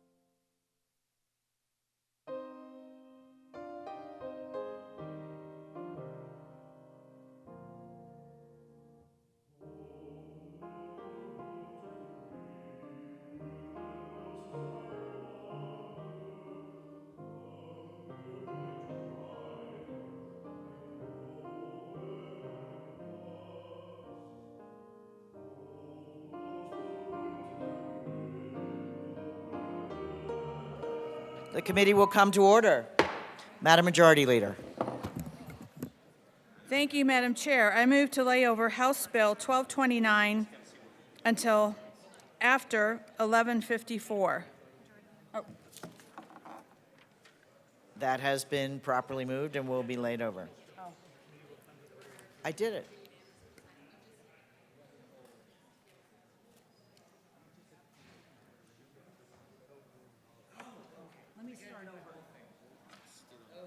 We'll do it all again. You gotta do it again. Once more with feeling. The committee will come to order. With your unanimous consent, the bills will be read by title unless there is a request for reading a bill at length. Committee reports are printed in your folders. Floor amendments will be shown on the screen and on your iPads. Bills will be laid over upon the motion of the Majority Leader. The court rule is relaxed. Madam Majority Leader. Thank you, Madam Chair. I move to lay over House Bill 1021 till Monday, March 18th, 2024.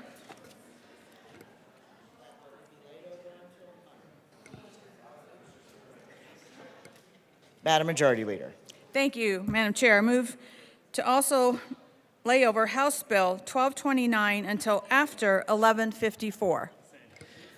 House Bill 1129 will be moved over until after House Bill 1154. Mr.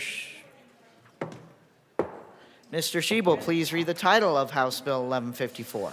House Bill 1154 by Representatives Weinberg and McLaughlin, also Senators Bridges and Lundin, concerning school district boards of education voluntary inclusion of institute charter schools in district ballot initiatives to contract with institute charter schools for bonded indebtedness. Representative Weinberg. Thank you, Madam Chair. Thank you, fellow colleagues. We found that this is an excellent bill. I wish to move House Bill 24-1154 and ask that it properly be displayed. That bill has been properly moved to the bill. Representative McLaughlin. Yes. Oh, the amendment. Sorry, I was unprepared. Okay. Yeah. I move Amendment 2 and have it be properly displayed, please.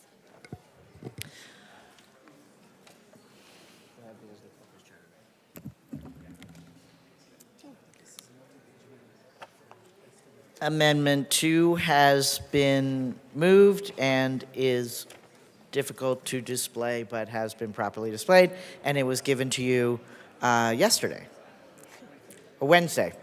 So, has right, been on because your yesterday desk. was a snow day. Representative McLaughlin. Thank you. Yes, members, thank you for your time this morning. The introduced version of this bill, House Bill 1154, passed out of committee with a 8-3 vote.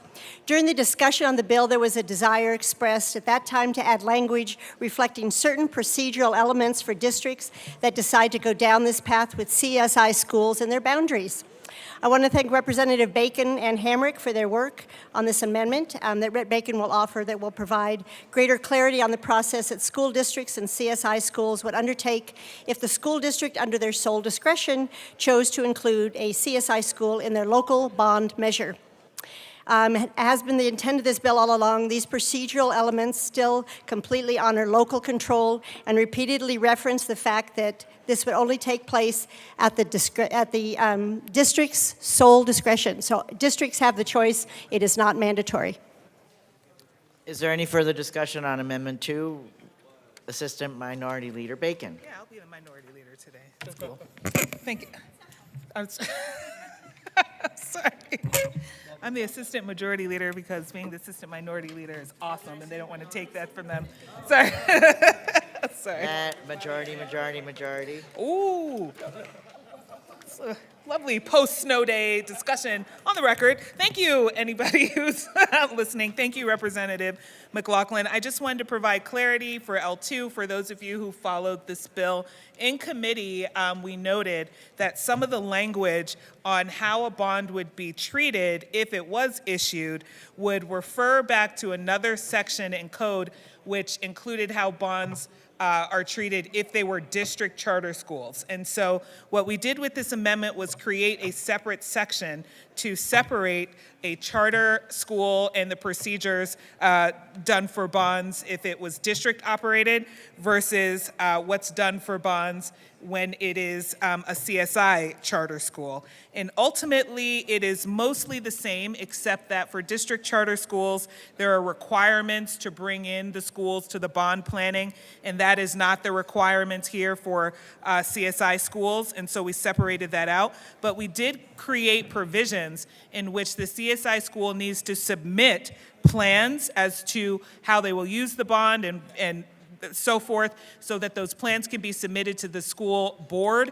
which also makes those plans public for voters to look at. We also said that, similar to the other statute, that if a CSI school does get a bond, again, this bill is about saying it's optional, where it's kind of not with district charter schools. With CSI schools, it's up to the school board if they do want to engage, but if they do, the CSI school has to submit a plan on how you need to use the bond dollars and why they need bond dollars, again, for a public record. And then the CSI school also needs to agree to certain provisions in its contract. And one thing that stood out in particular is what happens if the charter school fails, goes under, or defaults. And that in the language you put in the amendment is that the public dollars are priority and the property, if you will, if not the facilities or whatever it is that was built with bond dollars goes to the school district, the public school district. And then lastly, we also put in there provisions that the CSI school cannot leverage, if you will, the bond dollars or anything being built with bond dollars, at least without the permission of the school board. And so this was just important to put down by way of procedure of what happens. CSI schools are different from district charter schools in statute, and so we felt we needed to put the oversight provisions in there more clearly so that community could understand if they're voting to support the bond, they know what it's about and they know what happens if for some reason the school cannot pay its obligations. Thank you very much to the sponsors for letting us catch that and make some changes here. Is there any further discussion on Amendment 2? Seeing none, the question before us is the adoption of Amendment 2 to House Bill 1154. All those in favor say aye.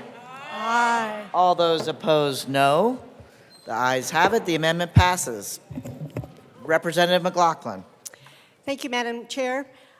This bill came to me, or came to us. We are doing this in Durango right now, and we've been doing it for 10 years. 10 years ago, the traditional public schools were having trouble getting a bond passed. They were wondering if they could pass it. We really, really needed the bond money, but a lot of students and families from our brand new charter schools were saying, why should we vote for these schools when we have our own schools? And they had a point. So we joined forces. Dan Snowberger was our superintendent at the time. We joined forces, and we put both the charter schools and the traditional schools on one bond issue. It passed. They had a great agreement beforehand about how much, where the money would go. They covered all these issues about what happens if the charter school goes out of business. They did all of that. And for 10 years, we've had a really good, solid relationship. And this is just to say, if the school district wants to, if the charter school wants to, but it's already the law. This just explains what the law does. So we're not changing any law, but it opens up an opportunity just for bond issues for capital projects that may not be there. Thank you, Madam Chair. Fellow colleagues, this bill aims to bridge a gap by facilitating potential opportunities to bond dollars for CSI schools, in situations especially where districts willingly choose to collaborate with them on bond initiatives. The central idea behind the legislation is to remove any legal barriers hindering collaboration between school districts and CSI schools within their jurisdiction. I'd like to thank Representative Bacon for all of her input and work. Without her insight, I don't think we could have pushed this one forward for the good of the state. I'd like to thank my co-prime, Representative McLaughlin, and I urge an aye vote on the bill. Is there any further discussion on House Bill 1154? Seeing none, the question before us is the passage of House Bill 1154 as amended. All those in favor say aye. Aye. All those opposed, no. The ayes have it. The bill passes. Mr. Schiebel, please read the title of House Bill 1229. House Bill 1229 by Representative English, also Senators Mullica and Will, concerning presumptive eligibility for persons in need of long-term services and supports.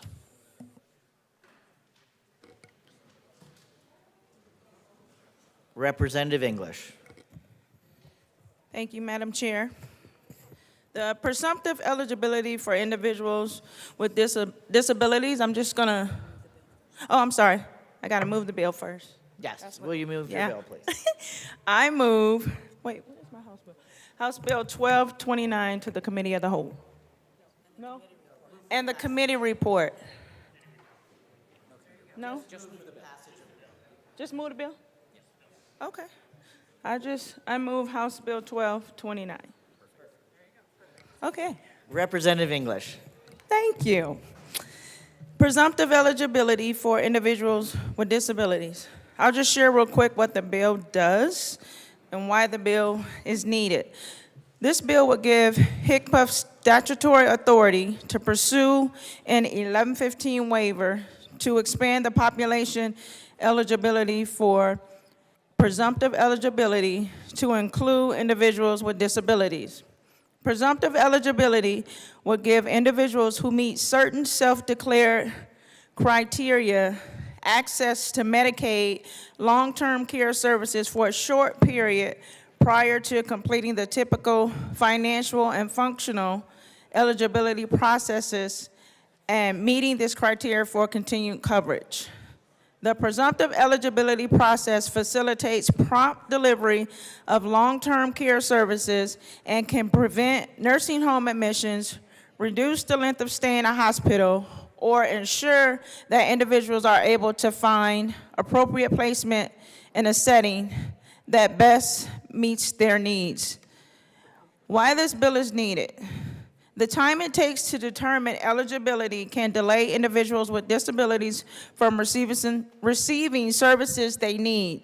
While the department continues to simplify and streamline the eligibility process through contractor funding and system changes, we would like to implement presumptive eligibility for people with disabilities to further streamline the eligibility process and ensure individuals are provided the services they need as quickly as possible. Thank you. Is there any further discussion on House Bill 1229? Seeing none, the question before us is the passage of House Bill 1229. All those in favor say aye. Aye. All those opposed, no. The ayes have it. The bill passes. Mr. Shebel, please read the title of House Bill 1250. House Bill 1250 by Representatives Armagost and Kipp, also Senators Hansen and Smallwood, concerning the waiver of driver's license suspension points for successful completion of a driving improvement course. Representative Kipp. Thank you, Madam Chair. I move HB 241250 and the Transportation, Housing, and Local Government Committee report. To the Transportation, Housing, Local Government Committee report, Representative Kipp.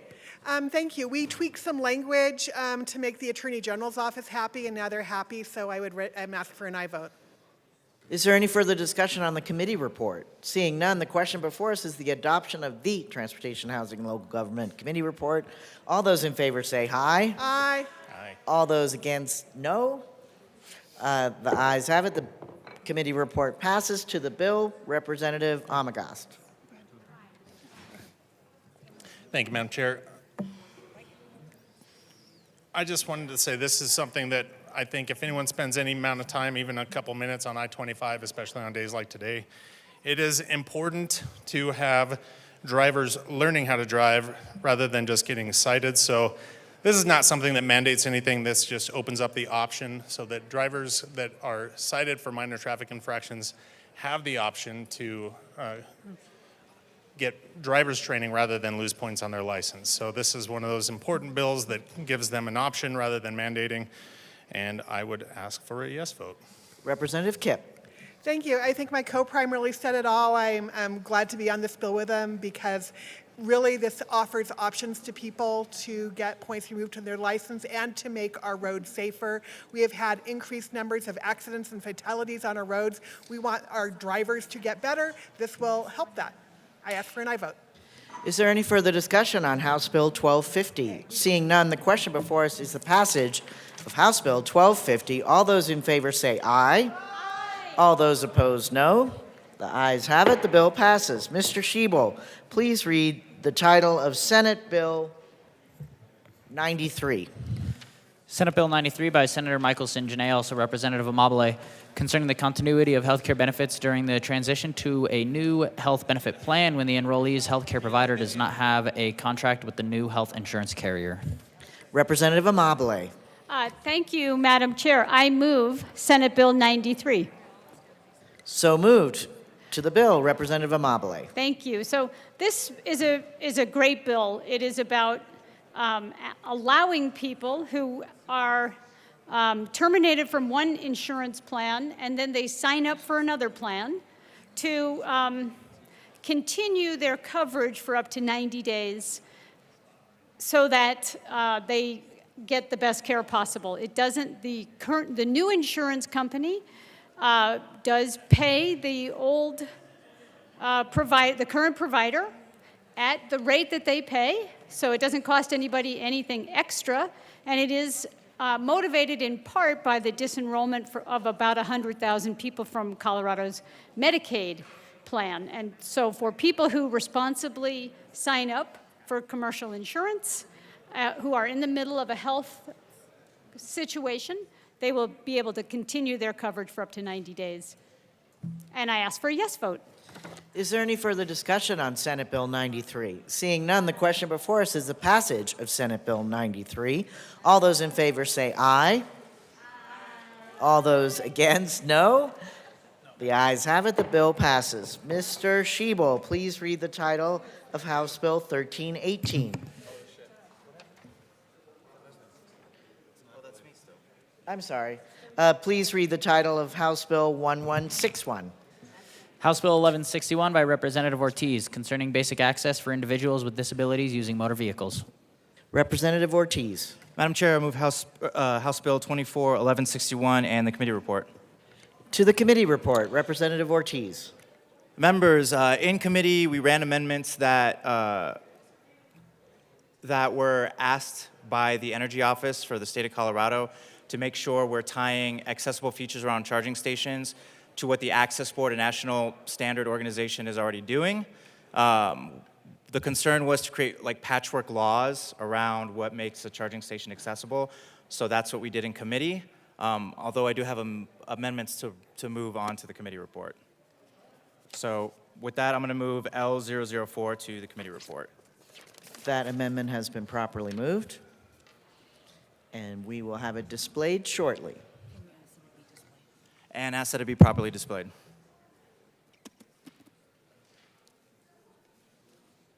That has been properly displayed. Representative Ortiz. Thank you, Madam Chair. Even though the Transportation and Housing Committee did amazing work, this was an oversight on my part, working with Councilman Hines and also working with Major Hahn to make sure that if peace officers aren't the appropriate place for enforcing accessible parking, that we allow whichever means is appropriate to enforce those laws. I urge an aye vote. The question before us is, or is there any further discussion about amendment number 4? Seeing none, the question before us is the passage of amendment number 4 to House Bill 1161. All those in favor say aye. Aye. All those opposed, no. The ayes have it. The amendment passes. Representative Ortiz. I move L006 to the committee report. That amendment And has to be has displayed. been properly moved and is displayed. Representative Ortiz. Madam Chair and members, thank you so much. This was done through painstaking stakeholding with Tesla, ChargePoint, and other providers for these charging stations. They came a little late to the game, but I do appreciate their work and their effort. Bottom line of what their concerns was is there are times, and there might be times, where the Access Board might make recommendations that aren't technically feasible. So an example of this is, for accessibility standards, the plug-in itself might have to weigh underneath a certain amount of weight to be truly accessible. The technology might not exist to do that. So because they get a lot of federal grant funding through the Energy Office, it is going to be up to the Energy Office to enforce these standards. They have an intimate knowledge of what is technically feasible and not technically feasible, so they will allow reasonable exceptions to be made when standards that the Access Board might make might not be attainable. In the meantime, it takes 5 to 10 years for the Department of Justice to rule on these standards. So if and when the Department of Justice rules on these standards, they basically supersede everything. That is what the Energy Office and ChargePoint and Tesla asked for, so I'm bringing this forward, and community agrees this is the right thing to do. Is there any further discussion on Amendment 6? Seeing none, the question before us is the passage of Amendment 6 to House Bill 1161. All those in favor say aye. All those opposed, no. The ayes have it. The amendment passes. Representative Ortiz. To the bill, Madam Chair, the bottom line of what... Let's pass the committee report as amended. I urge an aye vote. So the question before us is the passage of the Transportation, Housing, Local Government Committee report as amended. All those in favor say aye. All those opposed, no. The ayes have it. The committee report passes. To the bill, Representative Ortiz. Madam Chair and members, now to the bill. This bill is simple. It does three major things. It's the first part deals with peer-to-peer rental car companies like Turo and Get-A-Ride. If you're not familiar with them, they're like the Airbnb of car rental companies. They were amazing. We stakeholdered them with them for over 3 years, and so they are in complete agreement with this. Bottom line of what this does is it sets a date where they are required to create a filter that allows people that want to rent out their vehicle with accessible features to be able to do so, but also makes it searchable and findable for those that might need these features. So if a David Ortiz wants to rent out his vehicle because he's going to go to vacation for 2 weeks, but he wants to try and make some money as a side hustle, and there's another paraplegic that needs hand controls, I can rent my vehicle out, they can find it. So they were great in working with us. They're completely in support of this. The second part of this bill is the work that I just mentioned with charging stations in the Energy Office to make sure that charging stations are accessible for users with disabilities. If they choose to own an electric vehicle, they have the option to be able to charge their vehicles. That's the second part. The third part is creating greater enforcement around accessible parking and ramps. For some people, they look at it as a convenient or for a quick place to park while they're trying to run in. That is our basic access. That's our necessity. And what we're seeing is on snow days, like we've seen in the past 2 days, is that instead of plowers piling the snow and the hundreds of other accessible parking spots they might have, they put it right in the way of ramps. They put it right in the way of accessible parking spots. Something else I'm noticing too is that owners of these places might rent out those spaces to food trucks. And I love food trucks, don't get me wrong. But put it somewhere else, because that is my basic access. So those are the three parts of what this bill does. It's been stakeholdered, no registered opposition. I urge an aye vote. Is there any further discussion about House Bill 1161? Seeing none, the question before us is the passage of House Bill 1161 as amended in the committee report. All those in favor say aye. Aye. All those opposed, no. The ayes have it. The bill passes. Mr. Schiebel, please read the title of 1318. House Bill 1318 by Representative Ortiz concerning reasonable modifications to rental premises for an individual with a disability. Representative Ortiz. Madam Chair, I move House Bill 1318. That has been properly moved. Representative Ortiz. Folks, this bill has no registered opposition. The bottom line and it passed out of committee with unanimous bipartisan support. The bottom line of what this bill does is it removes the mandate that tenants always pay for install of reasonable accommodations, because who pays for install is just determined by reasonableness. And when we talk about accessible features, just examples would be like widened doorways, grab bars, ramps. The second part is that this does not make tenant pay to remove reasonable accommodations. And the third part is because enforcing that, tenant is not required to remove reasonable accommodations. We will see, one, an increase in accessible housing stock, which is not good for just disabled folks, but good for aging folks. And number two, we will see greater willingness of nonprofits like Paralyzed Veterans of America and others to work with landlords to possibly pay for these features. Right now, the way it stands is it disincentivizes these nonprofits from paying for these features, especially if they know it's going to be required to be removed at the end. Universal design hurts no one. I urge an aye vote. Is there any further discussion about House Bill 1318? Seeing none, the question before us is the passage of House Bill 1318. All those in favor say aye. Aye. All those opposed say no. The ayes have it. The bill is passed. Mr. Schiebel, please read the title of Senate Bill 79. Senate Bill 79 by Senators Hendrickson and Smallwood, also Representatives Mabry and Weinberg, concerning authorization for a two-wheeled motorcycle to overtake another motor vehicle in the same lane. Representative Mabry. Thank you, Madam Chair.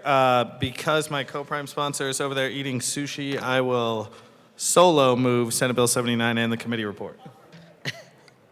Thank you. To The committee report.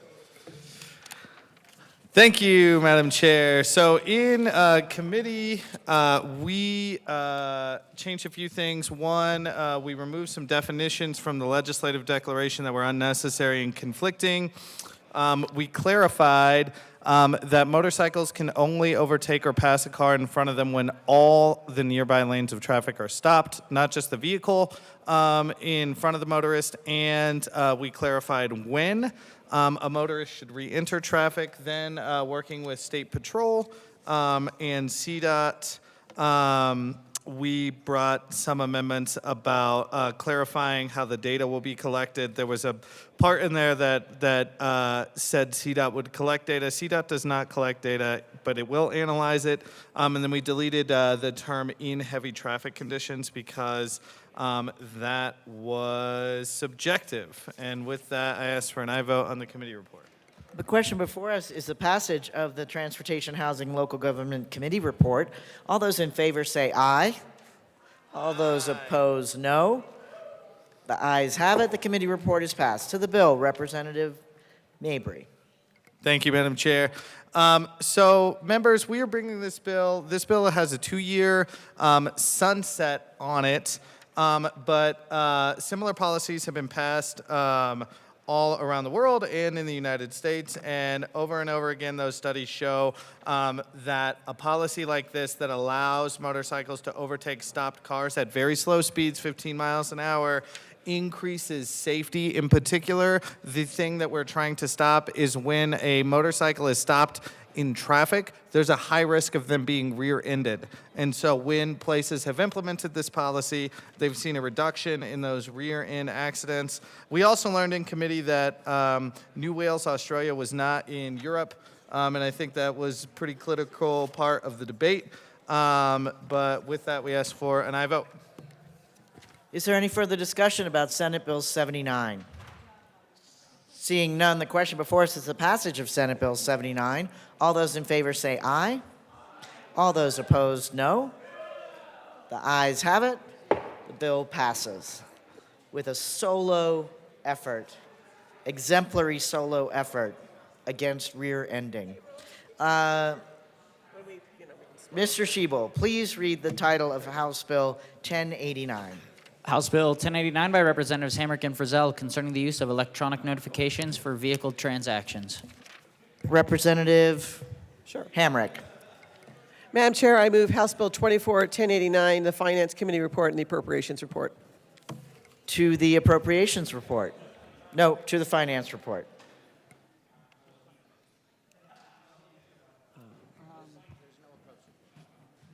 Okay. Just finance. Okay. Representative Frizzell. Thank you, Madam Chair. I'm happy to report that this bill passed out of the Finance Committee unanimously because it is such an awesome bill. And we would ask for the chamber to adopt this report. Is there any further discussion on the awesomeness of the Finance Committee report? Seeing none, the question before us is the passage of that report. All those in favor say aye. Aye. All those against, no. The ayes have it. The Finance Committee report is passed. To the bill, Representative Hamrick. Thank you. Today we present to you House Bill 24-1089, a pivotal step forward in our ongoing effort to modernize and streamline vehicle registration and other related transactions in the state of Colorado. Our bill, spearheaded by County Clerks Joan Lopez of Arapahoe County and Sherry Davis of Douglas County, respectively, is grounded in the recognition of a critical need for efficiency, cost reduction, and environmental responsibility in our state's administrative process. In an era where technology can drive positive change, House Bill 24-1089 seeks to harness this potential for the benefit of Colorado's vehicle owners and the broader community. House Bill 24-1089 mandates the Colorado Department of Revenue to establish a system allowing vehicle owners the choice to receive electronic notifications for vehicle transactions. This modern approach includes registration renewals and license plate issuances, among other communications, directly to their electronic devices rather than through traditional poster mail. Currently, our counties spend upwards of $400,000 annually on the mailing and postage of vehicles' renewal notification cards alone. This dated delivery method is increasingly questioned in an age where most communications are effectively managed online. It's a financial drain and an operational inefficiency that we can no longer justify as best practice. This bill will save the state and counties millions of dollars every year. Let's support our counties. I urge an aye vote.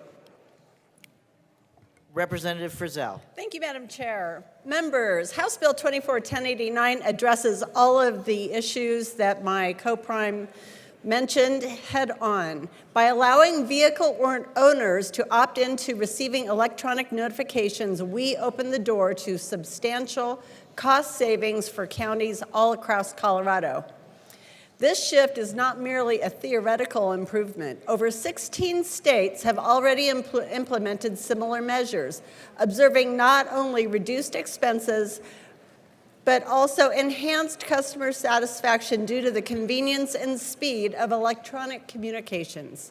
Our bill carefully outlines the scope of electronic notifications to include a variety of vehicle-related transactions, ensuring comprehensive coverage while also stipulating clear guidelines for the process. Importantly, it mandates the Department of Revenue to adopt rules facilitating this transition, ensuring that vehicle owners can easily opt in to the service.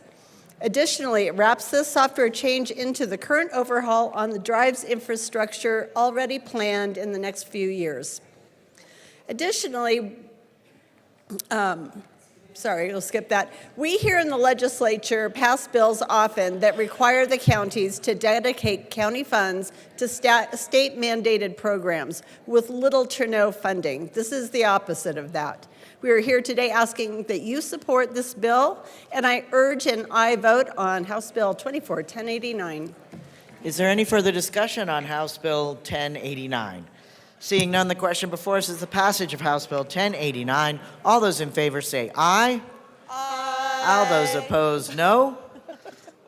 With a harmonious aye vote, the bill passes. Mr. Shebel, please. Majority Leader Duran. Thank you, Madam Chair. I move to proceed out of order for the consideration of House Bill 1266. The Harmony Sisters back up. Mr. Shebel, please read the title of House Bill 1266. House Bill 1266 by Representatives Hamrick and Frizzell concerning the relocation of utility facilities in a local government right-of-way. Representative Hamrick. Madam Chair, I move House Bill 24-1266, the Transportation, Housing and Local Government Committee report. To the committee report, Representative Hamrick. We had one amendment. You just say what you did in committee and then ask for an aye vote.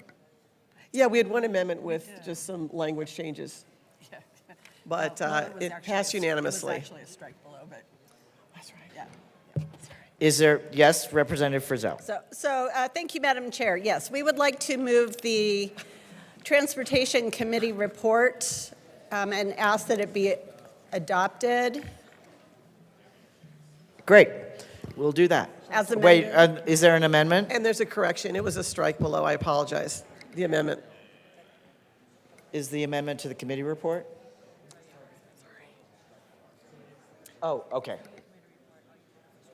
Yeah. To the committee report, is there any further discussion on the committee report for 1266? Seeing none, the question before us is the passage of the committee, Transportation, Housing, and Local Government Committee report. All those in favor say aye. Aye. All those opposed, no. The ayes have it. The committee report is adopted. To the bill, Representative Hamrick. Oh, go ahead. Yep, go ahead. Thank you, Madam Chair. Today we are honored to present House Bill 24-1266, a crucial piece of legislation aimed at ensuring the timely relocation of utility facilities in county rights-of-way, thereby facilitating smoother and more efficient roadway improvement projects across our great state of Colorado. No one likes roadwork delays. Our communities have faced challenges with transportation and roadway expansion projects, hampered by delays in relocating utility lines. Despite coordination and advance notice, delays happen, leading to increased project costs, burdens on local governments, and inconvenience to the public. This bill addresses a critical gap, the lack of a required contract between counties and utility companies to relocate their facilities promptly to allow for the advancement of roadway projects. The essence of House Bill 24-1266 is to instill a framework of responsiveness, transparency, and accountability for utility providers and local governments. It amends existing statutes to require utility companies to cooperate with local government road improvement projects by establishing relocation schedules and bearing the costs incurred to any delays they cause. This legislation will foster improved communication between counties and utility owners, expedite road improvements, and save taxpayers' dollars, once again supporting our counties. Representative Frizzell. Thank you, Madam Chair. Members, House Bill 24-1266 requires local governments to notify affected utility companies of upcoming road improvement projects and establishes a structured process for both parties to enter into agreements governing the relocation of utility facilities.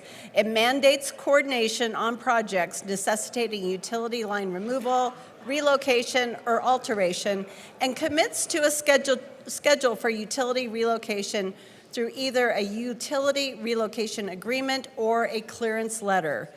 If a utility company's actions unreasonably delay the project, they must bear the associated costs.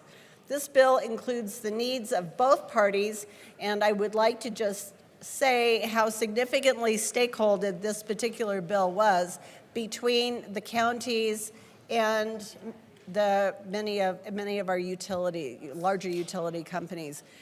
It was quite the effort on everybody's part, and I really wanted to make sure to thank Arapahoe County and Xcel Energy for their hard work on this negotiated outcome. Thank you very much for the opportunity to bring forth this bill, and we would ask for an aye vote. Is there any further discussion on House Bill 1266? Seeing none, the question before us is the passage of House Bill 1266. All those in favor say aye. Aye. All those opposed, no. The ayes have it. The bill passes. Mr. Schiebel, please read the title of Senate Bill 119. Senate Bill 119 by Senator Exum, also Representatives Garcia and Mabry, concerning classifying the death of a parent as abandonment in determinations for vulnerable youth. Representative Garcia. Madam Chair, I move Senate Bill 24-199 to the Committee of... It's 119. 119. Sorry, let me say Terrific. To the bill. Representative Garcia. Members, this bill is about kids whose parents have died. In family law right now, we have issues pertaining to family law in Colorado where our family courts, within existing trial courts in the state, are not allowing or accepting the fact that if a minor's parents die, that should actually be considered a term of abandonment. This means that in Colorado, we lack the subject matter jurisdiction to enter parenting orders, and courts cannot enter one. Even if parents agree, Colorado should have the jurisdiction. Our federal law under immigration allows our local court system to determine what abandonment means. This is found under special immigration juvenile status.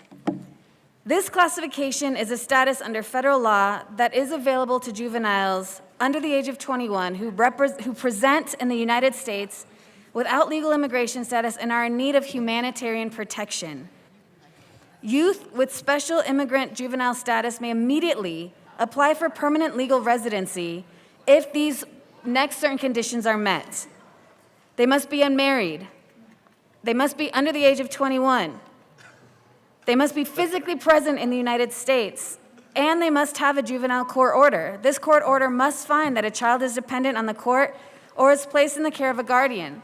The child cannot be reunited with his or her parents due to abuse, neglect, or abandonment, and it is not in the best interest of the child to return to their country of nationality or last habitual residence. Once a court order is obtained, the child may then apply to the United States Citizenship and Immigration Services for the classification and for permanent legal residence. This is a bill that is intended to protect children whose parents have died. Representative Mabry. Thank you, Madam Chair. I would like to remind members that this is a bill to protect children whose parents have died. This protects orphans.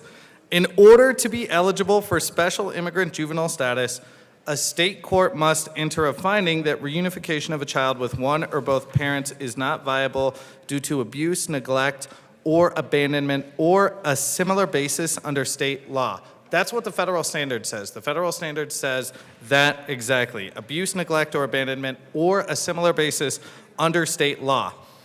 In 2017, a Colorado appellate court held a child was abandoned through parental death. And then in 2019, House Bill 1042 was passed to give Colorado courts clear authority by extending court jurisdiction for guardianship and allocation of parental responsibility in proceedings for minors, including criteria for findings of support of special immigrant juvenile status under the law. This status allows juveniles to be declared as a dependent, which is different from dependent and neglected, and apply for federal benefits such as deferred action, work permits, and lawful permanent residency. That bill had no fiscal impact at the state level and did not by itself impact the immigration status of individuals or confer federal benefits. You still have to apply at the federal level. That bill received bipartisan support, but it failed to include parental death. According to the section of law 1413-103, courts do not feel like they have clear jurisdiction to find that death constitutes abandonment of a child, and if reunification with a parent is not possible. Some courts are using that 2017 case that I mentioned earlier as justification for finding that death of a parent constitutes abandonment, but other courts are not, and so this bill is aiming to align state law with federal law on what findings the court must enter to establish eligibility for a juvenile to receive special immigrant juvenile status, and clearly defines abandonment as the death of one or both parents. And if it's only one parent, the standard still requires that it is not safe or practicable for the juvenile to be reunited with the other parent. But we're providing clarity. Some courts are already doing this, some aren't, because they want this clarity, and that's all this bill is about. Representative Garcia. And just a reminder that this bill is about kids whose parents have died. Is there any further discussion on Senate Bill 119? Seeing none, the question before us is the passage of Senate Bill 119. All those in favor say aye. Aye. All those opposed, no. The ayes have it. The bill is passed. Majority Leader Duran. Thank you, Madam Chair. I move the committee rise and report. I gotta find the rise and report then. One seckie. Rise and report. Just gotta get the words right.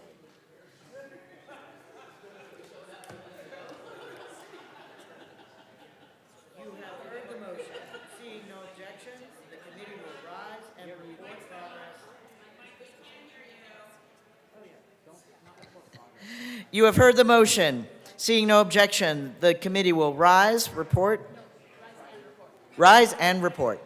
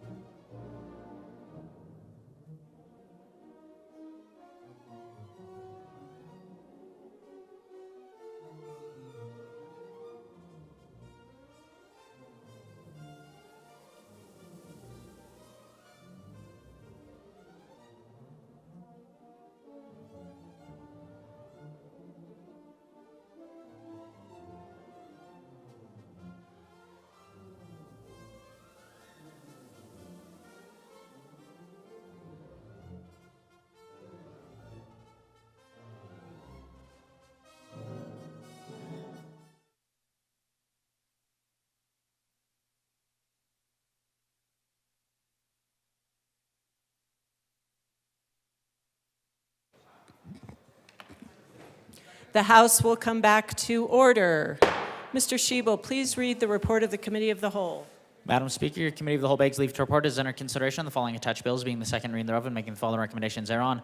House Bill 1089 as amended, 1154 as amended, 1161 as amended, 1229, 1250 as amended, 1266 as amended, 1318 passed on second reading, ordered and engrossed and placed on the calendar for third and final passage. Senate Bill 79 as amended, 93 and 119 passed on second reading, ordered revised and placed on the calendar for third reading and final passage. House Bill 1021 laid over until March 18th, 2024. Representative Froelich.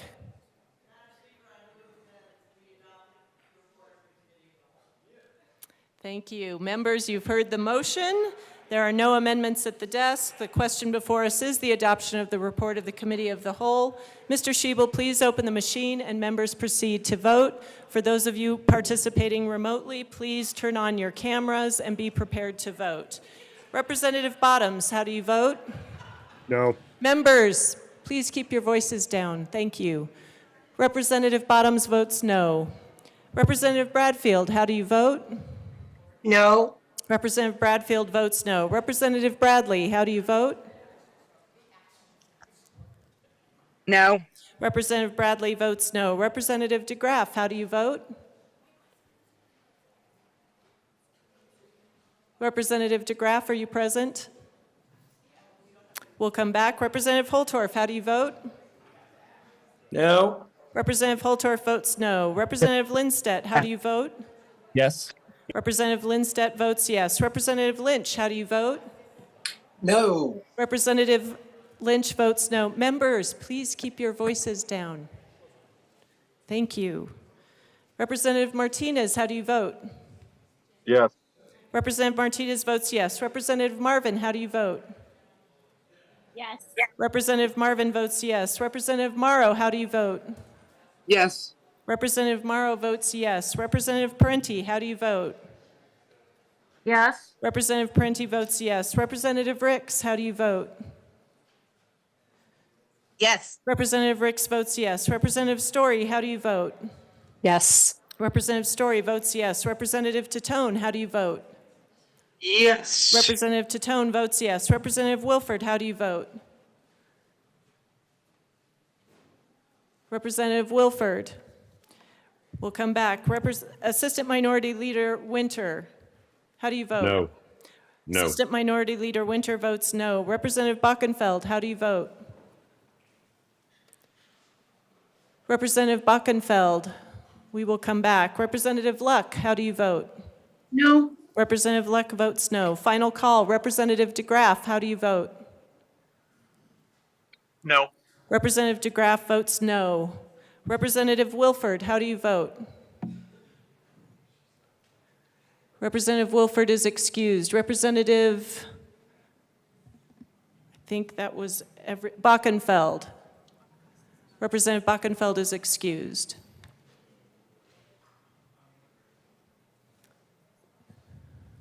Please close the machine.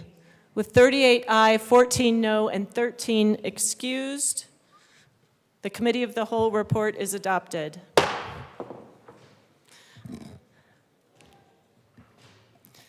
Thank you, members. Announcements and introductions. Do we have any? Representative Martinez, do you have an announcement for Education Committee? Representative Martinez, you're on mute. Yes, Madam Speaker. House Education will be meeting upon adjournment. We'll be hearing House Bill 24-1331, Senate Bill 24-17, Senate Bill 24-99, and Senate Bill 24-1320. And Representative Martinez, just to be clear, that's upon adjournment on Monday? Yes, Madam March Speaker, that's upon 18th. adjournment on Monday, March 18th. Thank you very much. Representative Lukens. Thank you, Madam Speaker. Representative McLaughlin is not here right now, so she asked me to add on to what Representative Martinez said. In addition to those 4 bills he listed for Education Committee on Monday, we will be hearing House Bill 24-1278 as well as House Bill 24-1255. Education Committee will also be meeting on Wednesday, March 20th upon adjournment. To hear House Bill 24-1301 and Senate Bill 24-071. And then on Thursday, March 21st, House Education Committee will be meeting again, so we're meeting 3 times next week. We're hearing House Bill 24-1364, House Bill 1264, House Bill 1123, House Bill 1298, and House Bill 1247. Thank you. Representative Bradley. Thank you. I have been giving an excused absence for Monday, March 18th and March 19th. Thank you. So approved. Representative Weissman. Sorry, Representative Snyder. Hello, everyone. House Finance will be meeting upon adjournment on Monday. We'll first hear the financial services sunset and decide if we want to carry that forward and who might be the sponsor. Only difference from the printed calendar is House Bill 1231 will be heard second on Monday upon adjournment. Thank you. Thank you. Representative Weissman. Thank you, Madam Speaker. Members, a bit of a light-hearted announcement. Obviously, Sunday is St. Patrick's Day, and that's generally sort of a holiday of good cheer for all of us, regardless of any Irish ancestry or not. I did want to note this is actually the 100th anniversary of the establishment of diplomatic relations between the recently liberated Republic of Ireland and our country. The Irish, what is now Ireland, became independent in 1921 at the end of conflict with colonial Britain. So there is an organization called the American Irish State Legislators Caucus, which I became a member of a few years ago when I met the president of the Senate of Ireland at an NCSL event here in Denver when they were through town, and I get periodic correspondence, as some of you may as well. We were all sent some pins. You have seen I'm wearing one today. If you have any Irish ancestry whatsoever and you want to lean into it, come by my desk and grab a pin. And that is all. Thank you. Thank you. Madam Majority Leader.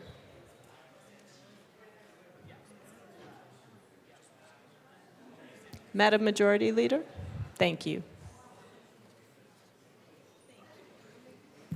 Thank you, Madam Speaker. I move to lay over the balance of the calendar until Monday, March 18th, 2024. Seeing no objection, we will lay over the balance of the calendar until Monday, March 18th. Madam Majority Leader. And I move the House stand in recess until later today. Seeing no objection, the House will stand in recess until later today.